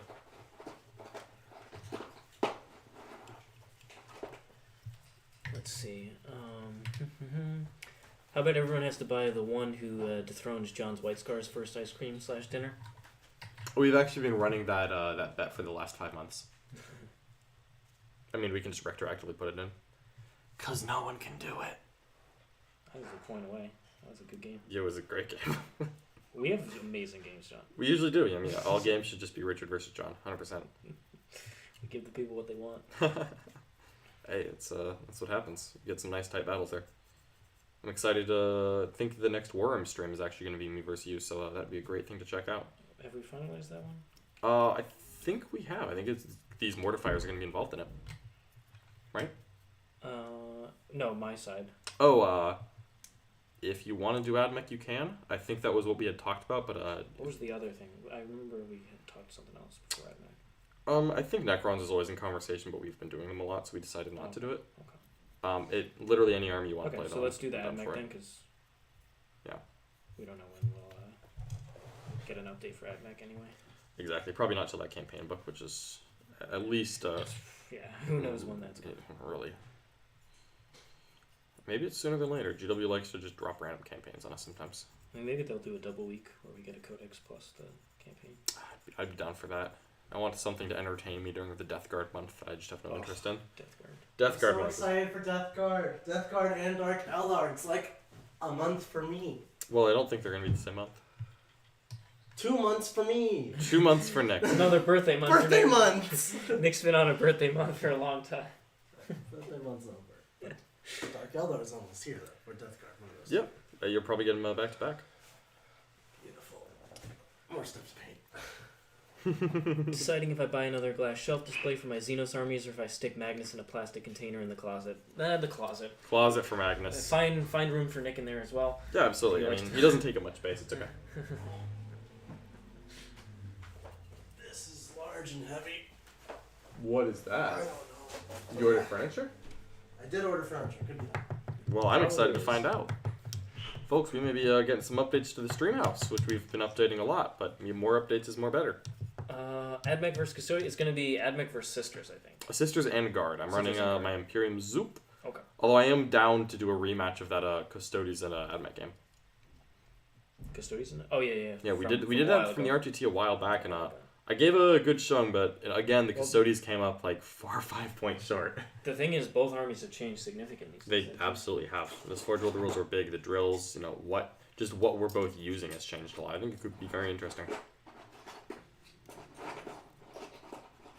There's a Plasmancer in here.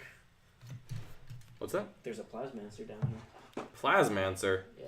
Spamming out his mortals. What is this little Plasmancer doing? I don't mind him in a Catan list, though. With all the spamming. I mean, yeah, if you're already doing the mortals, just add it up.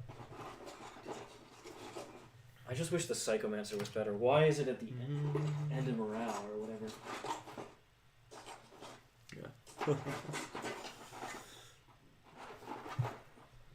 Just get more of these warriors out. Never enough warriors. There's literally never enough warriors. It's just like here, they're reanimating John. Oh god, look at this. I killed too many, they're all back. This is ridiculous, folks. Oh, it looks... Oh no, we're good, never mind. I was holding my hand still on the camera for a minute, so I thought it was frozen. I was just being stationary.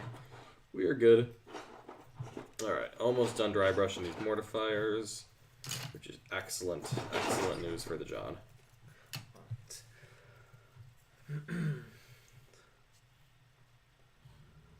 Man, that is just so many. Yeah. I hate these darn warriors, folks. You can never keep a good robot down, apparently. Get the res orb around here. I need more mortal... I just want more mortal wound output just to kill these darn warriors. Yeah. I'm getting sick of these things. That's why I brought back the scarabs, though. It's because it was like, what's a great screen for just spamming mortals? It's like, oh, 36 wounds of scarabs that I could resorb Yeah. if I want. Sickening. Someone is just revving a truck engine right outside our house for no reason. I'm sure they actually have a reason, but I'm going to pretend there's no reason. No reason for it. Besides blowing leaves. Which is a truck outside. Yeah. That's okay. What's in the box, Dan? I don't know. Has my name on it though. Ooh. Open it later. Okay. Oh, see, Nick just doesn't have that curiosity that I do. Like, I see a box, I want to know what's in the box. I know. It gets open all over the living room, and then left there. That's okay. What is Nick throwing shade about here? I was actually more directed towards Siegs, but it didn't come off that way because you had just spoken. Mm-hmm.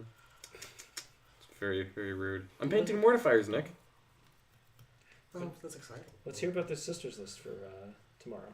There are going to be girls in it. I'm very conflicted because I really want to try the Eric Lathurus Hyper MSU style, but That'd be good to show because he's Yeah. another Art of War coach who's been having a lot of success. yeah, there are changes I want to make to it, but I also am conflicted on if I want to nickify it up or just run his straight out of the book. Did we Usually- actually have enough girls to do it? Pretty close. Pretty close. Not to be amended a tiny bit for lack of girls. He has like 100. But we're actually closer than I thought. Is he running Valor Sword or Bloody Rose? Bloody Rose. Model Bloody Rose. You gotta be Bloody Rose. He doesn't run the Triumph, and I really like the Triumph. It's hard to just casually add the It Triumph, is though. hard casually. Is she 185 points? 195. Yeah, she's not cheap. I don't know. I will have to look at the list. I could just run his straight out of the bucket and be like, hey, I'm showing off Eric's list, much like I've done with TJ's. Mm-hmm. People were hyped for that because we got somebody won. Eric did just win Masters with it, so it's a GT tested list.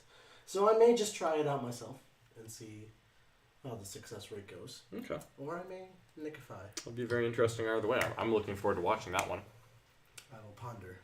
Mm-hmm. How do you feel about these mortifiers, Nick? They're looking pretty silver. It's a good base coat. That was not the paint, I meant just mortifiers in general. My opinion of Mortifiers hasn't changed. Bring it down as a secondary. And, Ridiculous. Sisters already ride the struggle bus a little bit with secondaries unless you build for a while we stand.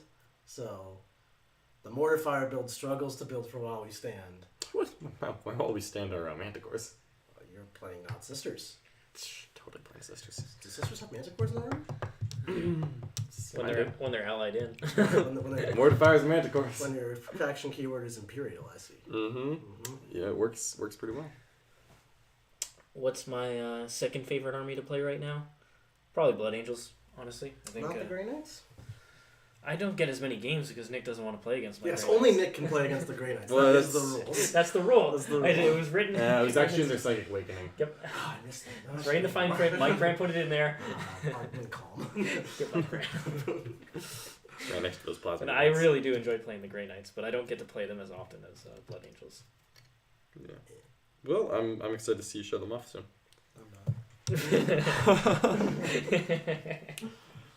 How many silencer shots? The rates broke me. What did?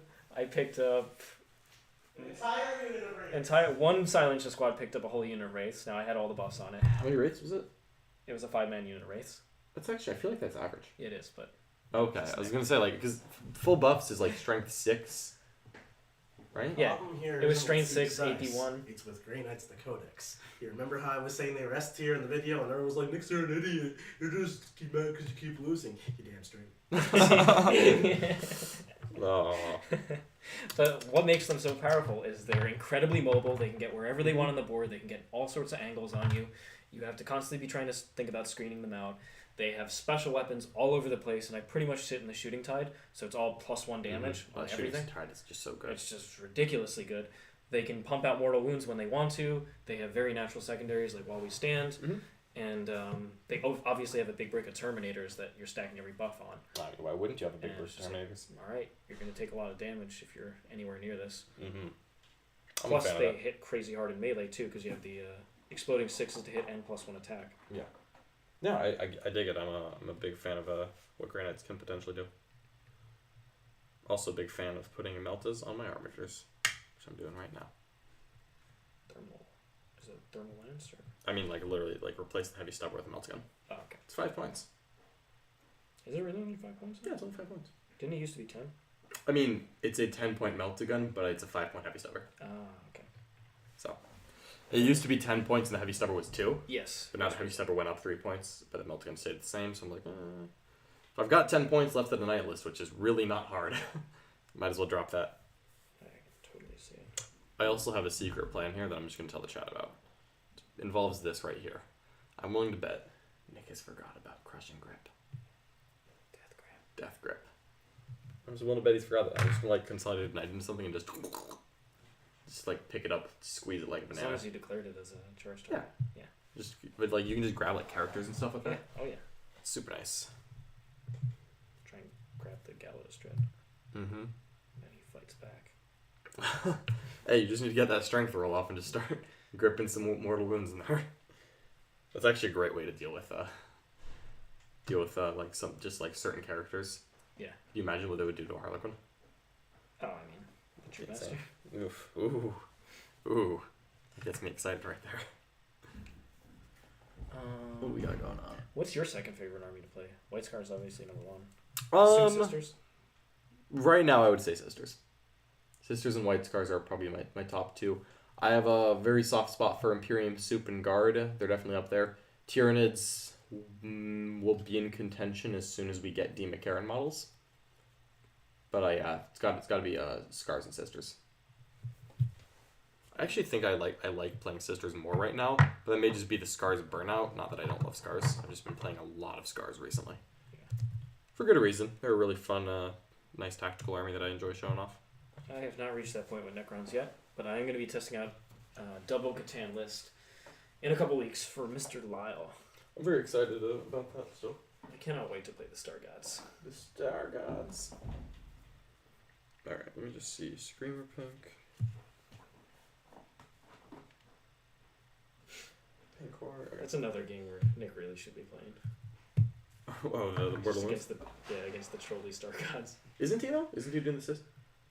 I mean, it could be either of you. Okay, well, he didn't say who he wants to play the Got sisters. it. It's just the type of sisters. I'd be interested in either way. Alrighty here. I keep looking up and I'm like, yeah, I'm getting most of these Necron. Oh, what? There's always more Necron warriors. You literally can't escape it, Richard. Then I gotta put this is just the base coat of the brighter red. Mm-hmm. I gotta put the layer paint on here. This is a process. Oh yeah, it's a whole thing. I'm just putting a little bit of magenta on the shoulders of these mortifiers, just to have a little bit of color to tie them into the robes that my girls wear. And I think I'll maybe How's it going, Anarmasil? Anarmasil in the chat. What's up, Hope Anarmasil? you're doing well. We are just talking about all things 40k. Oh, always. And Nick Nanavati. And Nick Nanavati. Did anybody actually enjoy Nick's face in the dice tray? I went back and looked at the stream and I was like, this looks ridiculous. It's very silly, I think. Also, the funny thing is I happened to clip it at a part where John and I's hands were next to it, like behind each other, and it looked like we were holding hands. Hey. John pointed out, I was like, yeah, you're not actually wrong. Yeah, it was just. Was not thinking of that when I clipped it. Mm-hmm. It's alright. It's alright. I know what you want. Let's see here. I mean, really, what we need to do is just get more custom dice mats. All of our faces. Absolutely. I was actually thinking of getting Khan. Maybe Anzac specifically. That's the dice bet. Nick loses the dice bet to me. Khan is the dice bet. I want to get the Grey Knight symbol. I think using the dice mat, like different dice mats, would be a really fun dice bet though. That was glorious. Nick didn't remember. He has to call me the Lord of Titan. Oh yeah. Love it. The Lord of Titan. Oof, for a whole game too. We know how bad he is with those names. It's alright. You can remind him.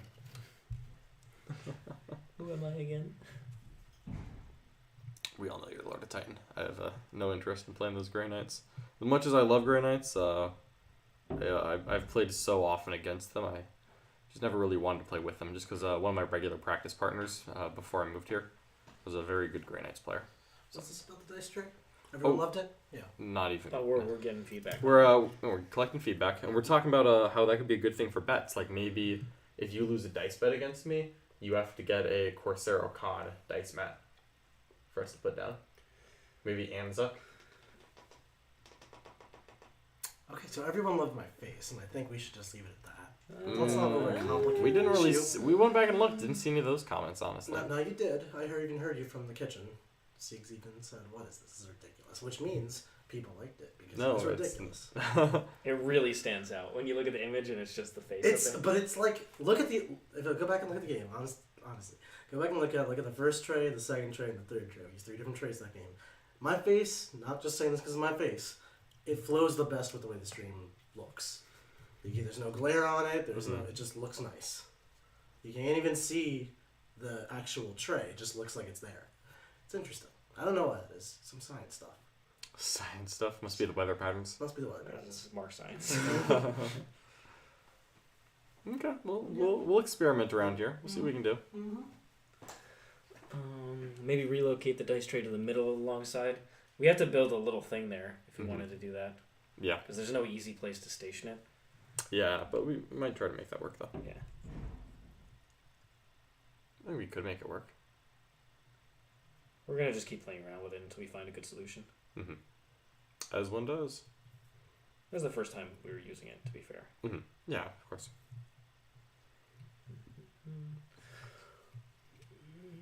Six posted a photo on the group where Magnus will be moving on. I magnetized all those containers, and they work pretty well. Ooh, is that Gundam? Is he putting Magnus in the closet? Magnus is gone. Get him out of here. Excellent. That's what I like to hear about. Magnus got denied by Farsight Enclave's Tau Commander, and since then, he's been a shadow of himself. I mean, remember what those poor Retributors did to Magnus. Remember what those Vanguard vets did to Magnus? Oh, yeah. Nick was like, oh, and then he's like, all right, I still have a couple wins. Hold on, that's the second volley's coming. Oh, no. Oh, that's always a good feeling. You got 2 volleys of Vanguard veteran attacks. 50 attacks. Oh, these guys do put out so many attacks. It's There crazy. he is. Goodbye, Magnus. Oh, poor Magnus. Sweet prince. Shouldn't have done all those things wrong. Because everyone knows Magnus was wrong. How much to donate to get the Town Art dice mat? That's got to be a dice bet, 100%. Where's my phone? I need to contact Justin right now. We should actually don't tell Nick we're getting that made. No, that's going to be a dice bet. We're just going to slip it on in there, and done. The Town Art. I mean, depending on tonight's War Room game, we may actually be seeing the Town Art. You want to tell them about that bet? Yeah, so this is a bet between Mr. Mark and Mr. Nick. And the long story short, after some other games have been played, we're down to a tiebreaker. The tiebreaker is whoever wins tonight's War Room game between Mark's Slaanesh Demons and Nick's Death Watch. And if Mark wins tonight's game, Nick has to sleep in his bedroom for a week with the Town Art in a prominent position watching over him. Beautiful. It's I was not absolutely part stunning. of this bet. That's the best part, is that Siegler was not the driving force behind it. He just gets to potentially reap the benefits. Both John and Mark know how much Nick despises the Town Art. Mm-hmm. So we all also work it into our fun, and our good times. It's truly incredible. I'm just really hoping we get this opportunity, folks. When we first moved into the new place, I put him up on the big mantle in the living room. Fantastic idea. Nick sent us a picture of him. He's like, absolutely not. Yeah, I got that snapshot. That was fun. But he's still been up there. He's still up there somehow. I mean, he's going to be up there until he goes down. Well, until he goes into Nick's room. That's where he's going next, guaranteed. We're just gonna have to Folks, keep creating root for the best. Slanesh demons tonight. That's why you want to root for Slanesh. Normally I wouldn't, but tonight, 100%. 100%. Almost done with these warriors. Okay. Which, well, I mean, almost done with base coating the Mephiston red on there. Yeah, Let's clarify. There's quite a bit to do on these warriors still. That's okay. Alright, I think that is all of them. Look at how many darn Necrons are here, folks. This is, and they're like well going off the scope of the camera. Yeah, there's like 30 more Necron warriors over here. One's up there too, John. Oh Christ! How many? Is this every single warrior? That's built and painted, but I have more. Which is what, 60? Yeah. Oh boy, that's a lot, folks. That is a lot of Necron warriors here. You hate to see it. Give me some blast weapons, folks. We need to take care of this problem. That was what hurt the most, was that I felt like I didn't have like a single like, yes, this unit can kill a brick of Necron warriors. Which is kind of important, because if you don't do it all at once, it's like, am I really doing this? there's just too many shenanigans with the reanimations. Yeah, 100%. So many shenanigans for the Necrons. How much for a dice mat that says Magnus did nothing wrong? Blasphemy, folks. Magnus did everything wrong. Oh man, we could get some very funny ones. Which We I think definitely could. That's how what we should do. Yeah, we should get a ton of different dice mats. But, Again, Corsaro Khan, the Taunar. our good friend and Makari. sponsor, 3D6 Wargaming, does actually do those dice mats for us. So. Yeah, so if you actually want to get your own dice tray and get some mats made for it, 3D6 Wargaming is the ones you need to contact. I do really love the ones that they've done for us so far, so I'm more than happy to get some more. Yeah, they're super. I mean, they're objective mats, the battle border, it's all great. Can't argue with 36. Alright, that's some... I don't see any other warriors, so that's the Mephiston red. I hope there's no more warriors. That is enough for me, guys. One more Resorb. No. That's good. That moment is just going to live on. Keep those away from me. That was stupid. I do not I'm not going to be able to replicate that ever. I do not like it, Sam. Yeah, I was just like, ugh. How much for a dice? No. Got them. No, we're not entertaining this. Yeah, we got plenty of time here. You're more than welcome to help out with this. No, I got plenty to work on here. Don't worry, my friend. These knights. Here we go with the highlights. Evil Sun Scarlet. Evil Sun Scarlet? I do like Evil Sun Scarlet. It just looks so good, especially once you put that little squig orange highlight on the outside. Yeah, absolutely. But these Necrons are going to look very, very good. Oh, yeah, absolutely. I mean, they already look pretty sharp. I'll give you credit there. Just looking to get some base material onto these Mortifiers.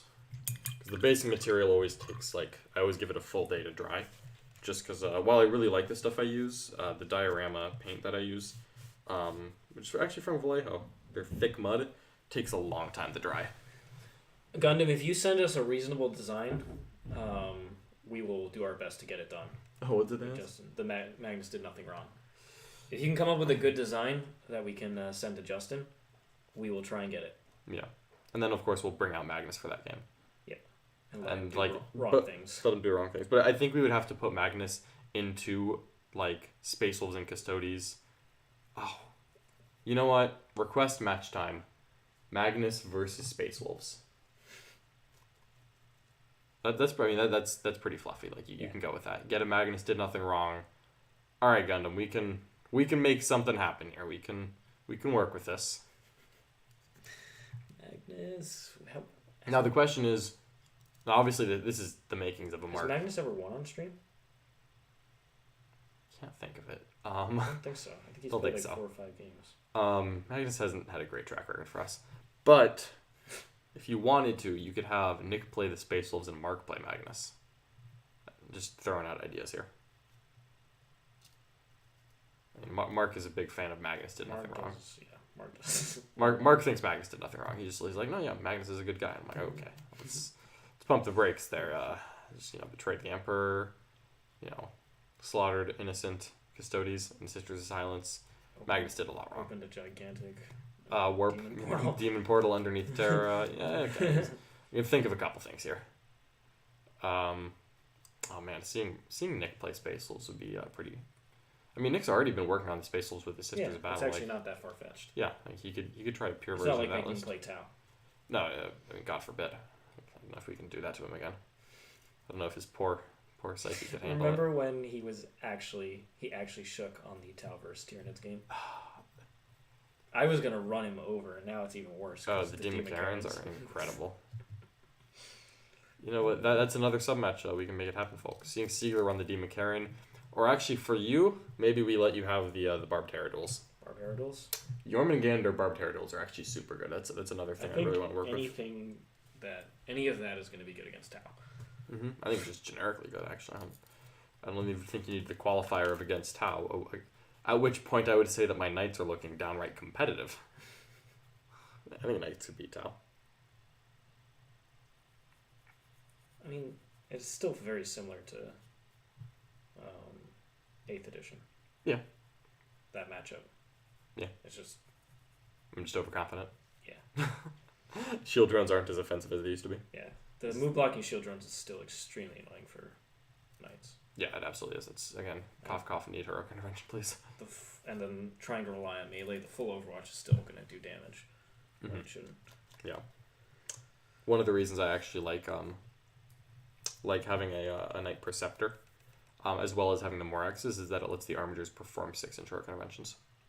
You need that, the Preceptor? Yep. They have to be within 6 inches of a Preceptor. But it makes move blocking that little bundle much harder. Yeah, so Morax is within 6 inches of a friendly Mechanicum Knight, I think, or I guess a Household Knight. They get a 6-inch heroic intervention. That's the Moraxes, and then the the Warglaves for 1 CP within 6 inches of a Preceptor get a 6-inch heroic intervention. Okay, that makes sense. Yeah. I mean, Like the Preceptor babysits little knights, so he gives them a 6-inch heroic intervention for CP, and then the Moraxes are just bodyguards of knights, so they get in near any knight. I've just never seen the Preceptor before. Yep, there's a reason. I'm not going down the beaten path. You know what? I'll leave it at that. I'm not going down the well-trod path for knights. We're doing different things here, but I think I have legitimately found something. Not terrible. Magnus is one in our hearts. He even hasn't won there. I remember playing against him with my guard. That was really fun. I mean, playing against him with Tau was amazing. Yeah, I'm sure it was. Just denying the man. Oh, poor Magnus. Magnus did nothing wrong, though. That's what matters, folks. Magnus did nothing wrong. But Gundam says, what are your two least favorite armies to ever play? With or against? Because those are very different. Just kidding, it might be all there for both. To ever play. I think it's us playing them. I've played 1 games with orcs in my life, and I was really not a fan of that. I don't hate orcs. It's just that they very much play the way I least don't likely like. to ever play. Still orcs. No, maybe Death Guard. I don't really like. Yeah, I was gonna say Nurgle Demons or yeah, or that's Death Guard. just. I'd rather play Death Guard than Nurgle Demons. I'd rather play Nurgle Demons actually. The flies are kind of cool. Where they were for a short amount of time, they're no longer kind of cool. Yeah, Death Guard is just really not my playstyle. I don't like Nurgle at all. No, Nurgle is the worst of the 4 gods. Siegler and I are in full agreement here. Yeah. Now, we also agree that Slanesh is by far the best and the coolest. I like the... Yeah, he likes corn. Whatever. Come on, Bloodthirsters and Bloodletters are absolutely iconic. They are. They're iconic. They're iconic. But so are Demonettes and the Seekers. I really want Seekers to be good. Seekers are one of my favorite demon models. Are those the thin kind of Yeah, thin, reedy looking one, cavalry. Yeah. Now, unfortunately, they have the combination of being cavalry and being bad, which is just really not where you want to be. That's why we don't see them. That's like a 2 wound toughness 3 cavalry. That's more points than 2 Demonettes. I'm like, oh no. Oh no. Yeah, fiends are good. They can move through walls. Seekers have all of the wrong things going for them. But the models are really cool. I would love an excuse to paint those up. We've got to paint up the rest of the Demonettes. That's true. I think Mark wanted to embark on that project, which I'm okay with because I've got quite a lot. He's been working on Celeste. Yeah. Oh, I'm excited. We'll probably be seeing Celeste tonight. Yes, we will. He's actually quite good. Mm-hmm. He hits very hard, but he's a very expensive Demon Prince. Yeah. Well, he's a a good Herald as well. He's got some cool rules. That is why I totally get why why one would take him. Because he's got all the different rules in there. He's got the +1 strength. He's got the reroll 1s. Again, totally get why Celeste is there. He is pretty good. The reroll 1s is probably the best part, just because, you've got all this weapon skill 2 and 3 with no rerolls. Just getting a captain reroll, on keepers is phenomenal.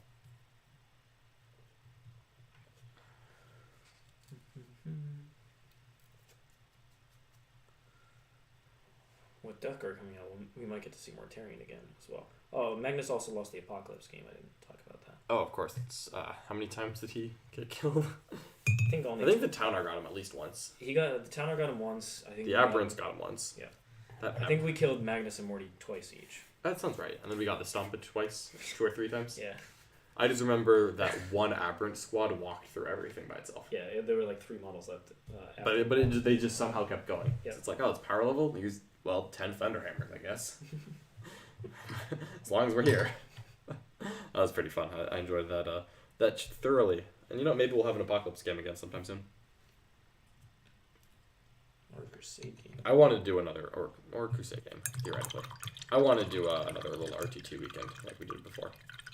Yeah, we are participating in the Las Vegas Open, and actually I think in a little over a week, both Nick and myself are going to be commentating some games for Hammer Out Cancer, which is a charity hammer event. I might as well. You might as well. I would love to be able to see that. That's the kind of the replacement for Charity Hammer, which would normally be happening this weekend. Unfortunately, due to everything, that's not a thing. But it's a wonderful event. If you got to watch Charity Hammer, the past year and 2, that was actually like the first time I was really ever streaming games. And it was absolutely fun opportunity that also was very helpful for helping children in children's hospitals. But I think this event is focusing specifically on cancer research. So another very noble cause, I think that there's a hobbyist, a friend of the Best in Faction podcast up in Seattle, and I think they have a friend who is suffering from cancer right now. So this is part of an effort to help him and his family, which is absolutely a great cause. So we're looking forward to that, and we'll certainly be busy that weekend. We'll be advertising it, sharing it on our server, doing as much as we can to help support our wonderful friends at Best in Faction. Yeah, and they've been doing great work for a long time. Absolutely. They put out great content themselves.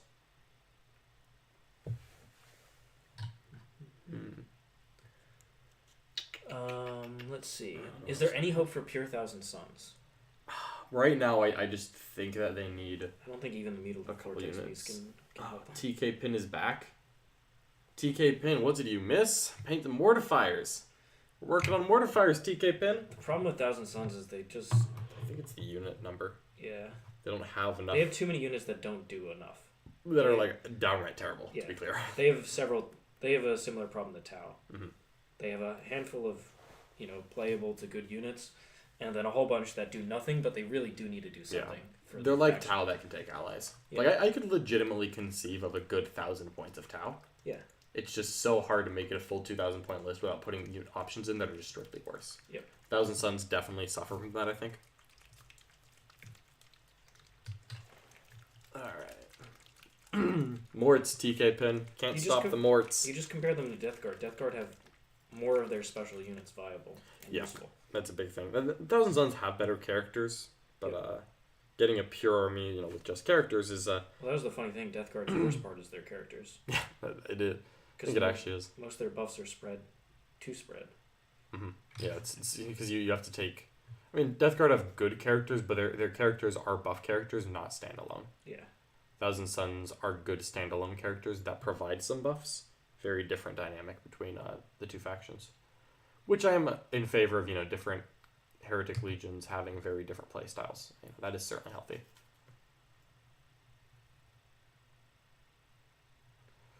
Let's see here. Paint some black on these bolt guns. Nick's in the closet again. Soon. I think this weekend is when he's finally paying up on that bet, because we're running out of time. There is no Harry Potter closet here, so there is not. So Nick, that's why I can't give up this bet. It's the last time I get to do it. You really got to savor it. He still has to watch the next 2 Lord of the Rings and write essays on them as well. I think we got to get the 4K 4K versions of those really make you enjoy it. Yeah. Because it has to be extended. I need to remember what did I have to give Nick if I lost that one. You had to go drinking with him. No, that was for the first closet. Oh. I don't remember what the college essay bet was, or the college test. I don't remember. I'm not even sure. Didn't matter. Was never gonna lose that one. Was that to see who did better on my final exam? Yeah. Yeah. That's how we go. That's how we got the Lord of the Rings movies. Yeah. I'm just trying to remember what would have happened if I had lost that bet. Although, frankly, again, I literally cannot conceive of a world where like I would be despondent if I had lost that. Nick did better in the first half than I'd expected. Like, I was ahead, but I was still, like, while we were grading it, I was up by, like, 2 or 3 questions after the first 25. Yeah, it wasn't a comfortable lead. It wasn't something I was comfortable in, but the second half felt really... Nick missed some real stuff we should... Yeah, well, I think I also pulled together much stronger in the second half. Yeah. Once we got to 20th century, that's when I really railed it in. 19th century European politics, don't know nearly as much, unfortunately. Well, there's always some good podcasts you can listen to.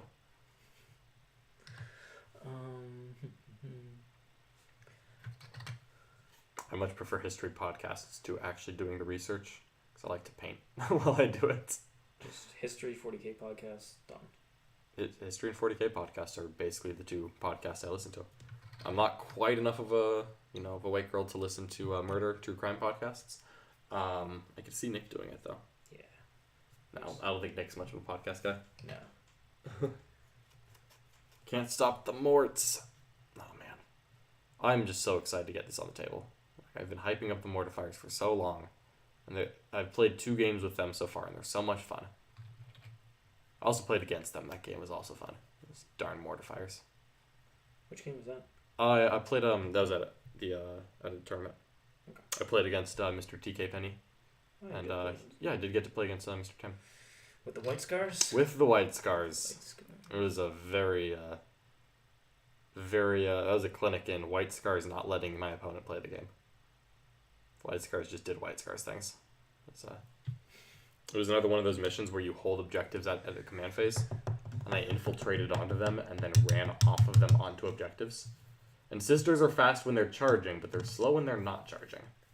They only move 12 inches a turn when they're not charging, so it took them a while to come back onto the objectives. So I just racked up a quick 45 on primary, just 15, 15, 15. And then white scars are really good at secondaries, and I just kept like missling Vanguard veteran units. Like I double moved a Vanvet unit to go contest an objective. I didn't charge, it just sat there and died, but kept his primary down. Limit how many casualties you take with white scars, and just kind of play the mission. They do really well.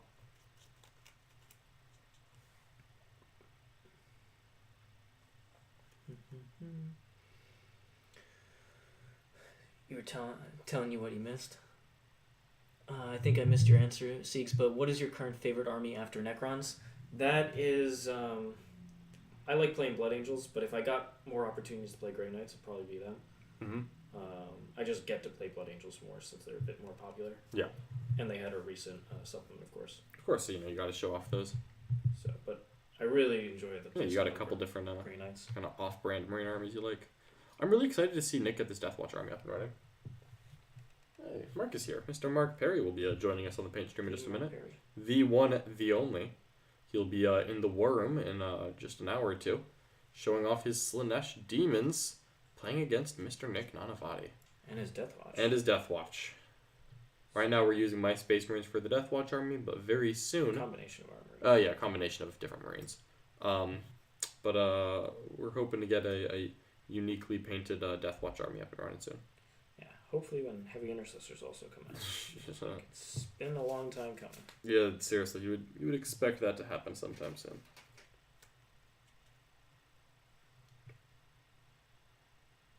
I don't know, Deathwatch have a lot of cool tricks. Mm-hmm. Absolutely, they do. Just a great their army. book is jam-packed with very powerful relics, warlord trades. Yeah, definitely the kind of army that Nick often gravitates to, so I'm excited to see how much he can accomplish there. Welcome to the stream house, Mr. Mark Perry. Fools! What's up, guys? Fools? Fools! Oh. Hi. Hello, Mark. Oh, you've got some models to There's show off? Celeste. You want to It's show off last, Celeste? dude, I hate that whip. Love this model, hate this whip. Oh my god, I would not. Also put some nickels on the bottom of it to weigh it down, never wouldn't just fall over so easily. Yeah. Wow, this thing is literally shaking. Hold on, folks. Yeah. It's worse than like St. Celestine like bouncing on her little This stuff. is worse than the Triumph. Incredible. Yeah. How is this? It's a great looking model though. Yep. I got a lot of painting more to do to it, but Good progress though. Sure. You know, you got to start, get a stream ready, and then go back and do the detail work. That is a time-honored tradition in the stream house. I cannot throw any shade there. See my infiltrators who are a little shaky. Closer shady. you look. Like, you just in a shady, I'm like, oh, wait. Shady is like they have a shade on them? They do have one shade on them. You have one shade. They've got exactly 3 colors. What's been going on, chat? Hey, we're just hanging out. People have been talking about Magnus. People have been Magnus. talking I want about to see Magnus. Magnus again. I do like Magnus. I have to come up with my own versions of some of the Magnus builds. And Magnus is powerful. Has he done anything wrong, Mark? I mean, everyone did everything wrong. Yeah, man, Lehman. Gundam is thinking that we should get a dice tray that says Magnus did nothing wrong. That's a little bit of a bold assertion, but you know what? Maybe, just maybe, we could make it happen. Maybe. I generally like Magnus as a character because I think it's hilarious because it's kind of like the whole conflict of mythology where Thor and Odin didn't get along quite as well, where Magnus is very Thor-like, and then even Magnus is a Norse name, and there's a lot of Odin references in the books about him. They want to see it closer. Oh, yeah. Boop. So You want me to hold that? and I love Lehman's, Lehman is Thor, where he's just strength and power, and he just does what he wants. Feels justified. I feel like Arjak Rockfist is Thor. Let's see. Yeah, but he's not a Primarch. That's true. I don't know if I'm getting too close there. Look at this whip is so fragile. It scares Yeah, me. it's Nick's just, not it allowed to is touch it. literally shaking. He's gonna bump into it and just the whole thing shatters. That's why I weighed down the base there for he doesn't fall over so easily by just a tip. Yeah. All right, here is Selesky, the Vengeful Allegiance. Trying to get this guy ready for the no open at the end of the month. Yep. Oh yeah, the LV Nopen. It's gonna be a Nopen. great thing we're gonna be showing off there. I'm excited for that. It's teaming up with Stat Center, the Ocho, Yep. and a bunch of other streamers and A lot of content producers. our other favorite streamers are going to be participating as well. So we'll You get to love see to what see list it. they come up with. Yeah, I'm excited for that certainly. We're trying to replicate LVO as much as possible. This is not really an option with the current situation, but it's cool to show off, like what might have been some strong LVO contending lists. Yep. Just all top tier matchups. Oh yeah, it's going to be just a bunch of top tier armies going into each other, and that's going to be very exciting, and a lot of entertaining players as well. I'm excited for that. It's going to be fun to be a part of that. Guys, I gotta do some setting up, and I gotta actually build some of these Furies. All right, go So- get it done. We're going to sign off very soon as well. Cool. Take care, chat. It's been a while. Been busy with the holidays. Oh, no kidding. It's good to be back. Mark hype. Mark, definitely make sure you check out that Worm game if you really. I think it's going to be a very entertaining one. There's high stakes. Nick and Mark both have some strong reasons to want to win. Make sure you're rooting for Mark. Make sure you're rooting for Mark. Send the good vibes Mark's way so that we can make Nick sleep with the Towner. See, if we could trust Nick not to flail, I would want to tuck the Towner tuck it into in? bed. No. But I think he would. No. I just wouldn't trust it. No. Not going to allow him to physically touch it. But looming over him in his dreams, absolutely. I mean, it's already in his nightmares. I thought Night Haunts were fragile. They've been making some, Admech are very fragile as well. Yeah, some of these new dynamic models, again, solid looking, great display pieces. I just get scared seeing those things move. I think Mark weighing down the base there was definitely a good call. Honestly, when I get around to painting it myself, I'll probably weigh her base down too. That's definitely something that needs to happen. You all good, John? I'm just gonna finish up painting the black on this heavy bolter, so I'll be done in just about a minute or so. Okay. So weird. Well, coming up, we have, of course, the Worm Stream game at 4 p.m. Eastern Time. That is going to be Nick playing his latest Death Watch build. Yep. I think he's gone down to one big unit of heavy intercessors and plasma inceptors. So he's added even more of the normal Death Watch Marines. Yeah. Just I think more that's actually the right call. Yeah, just more squads across the board. And then, in addition to that, he is going to be he's playing against Mr. Mark Perry in his pure Slanesh build, big demonette units, Lask, lots of cool stuff. So we're gonna see how that goes. But thanks again for hanging out with us, and we're gonna see you on a public hobby stream on Monday, 1 p.m. Eastern Time. Absolutely. Tell your friends to come check us If out. you want to see another game, however, also check us out on Thursday, 1 p.m. Eastern Time. That is going to be Blood Angels versus Nyx Sisters. Excellent. That's going to be very exciting. Lots of cool stuff coming up. Do check out our various social medias, Facebook, Twitch, Twitter, and catch us there. That's our friend Jack Harpster who's coming to hang out. All right. Bye for now, everyone. So long, everybody. Have a good night.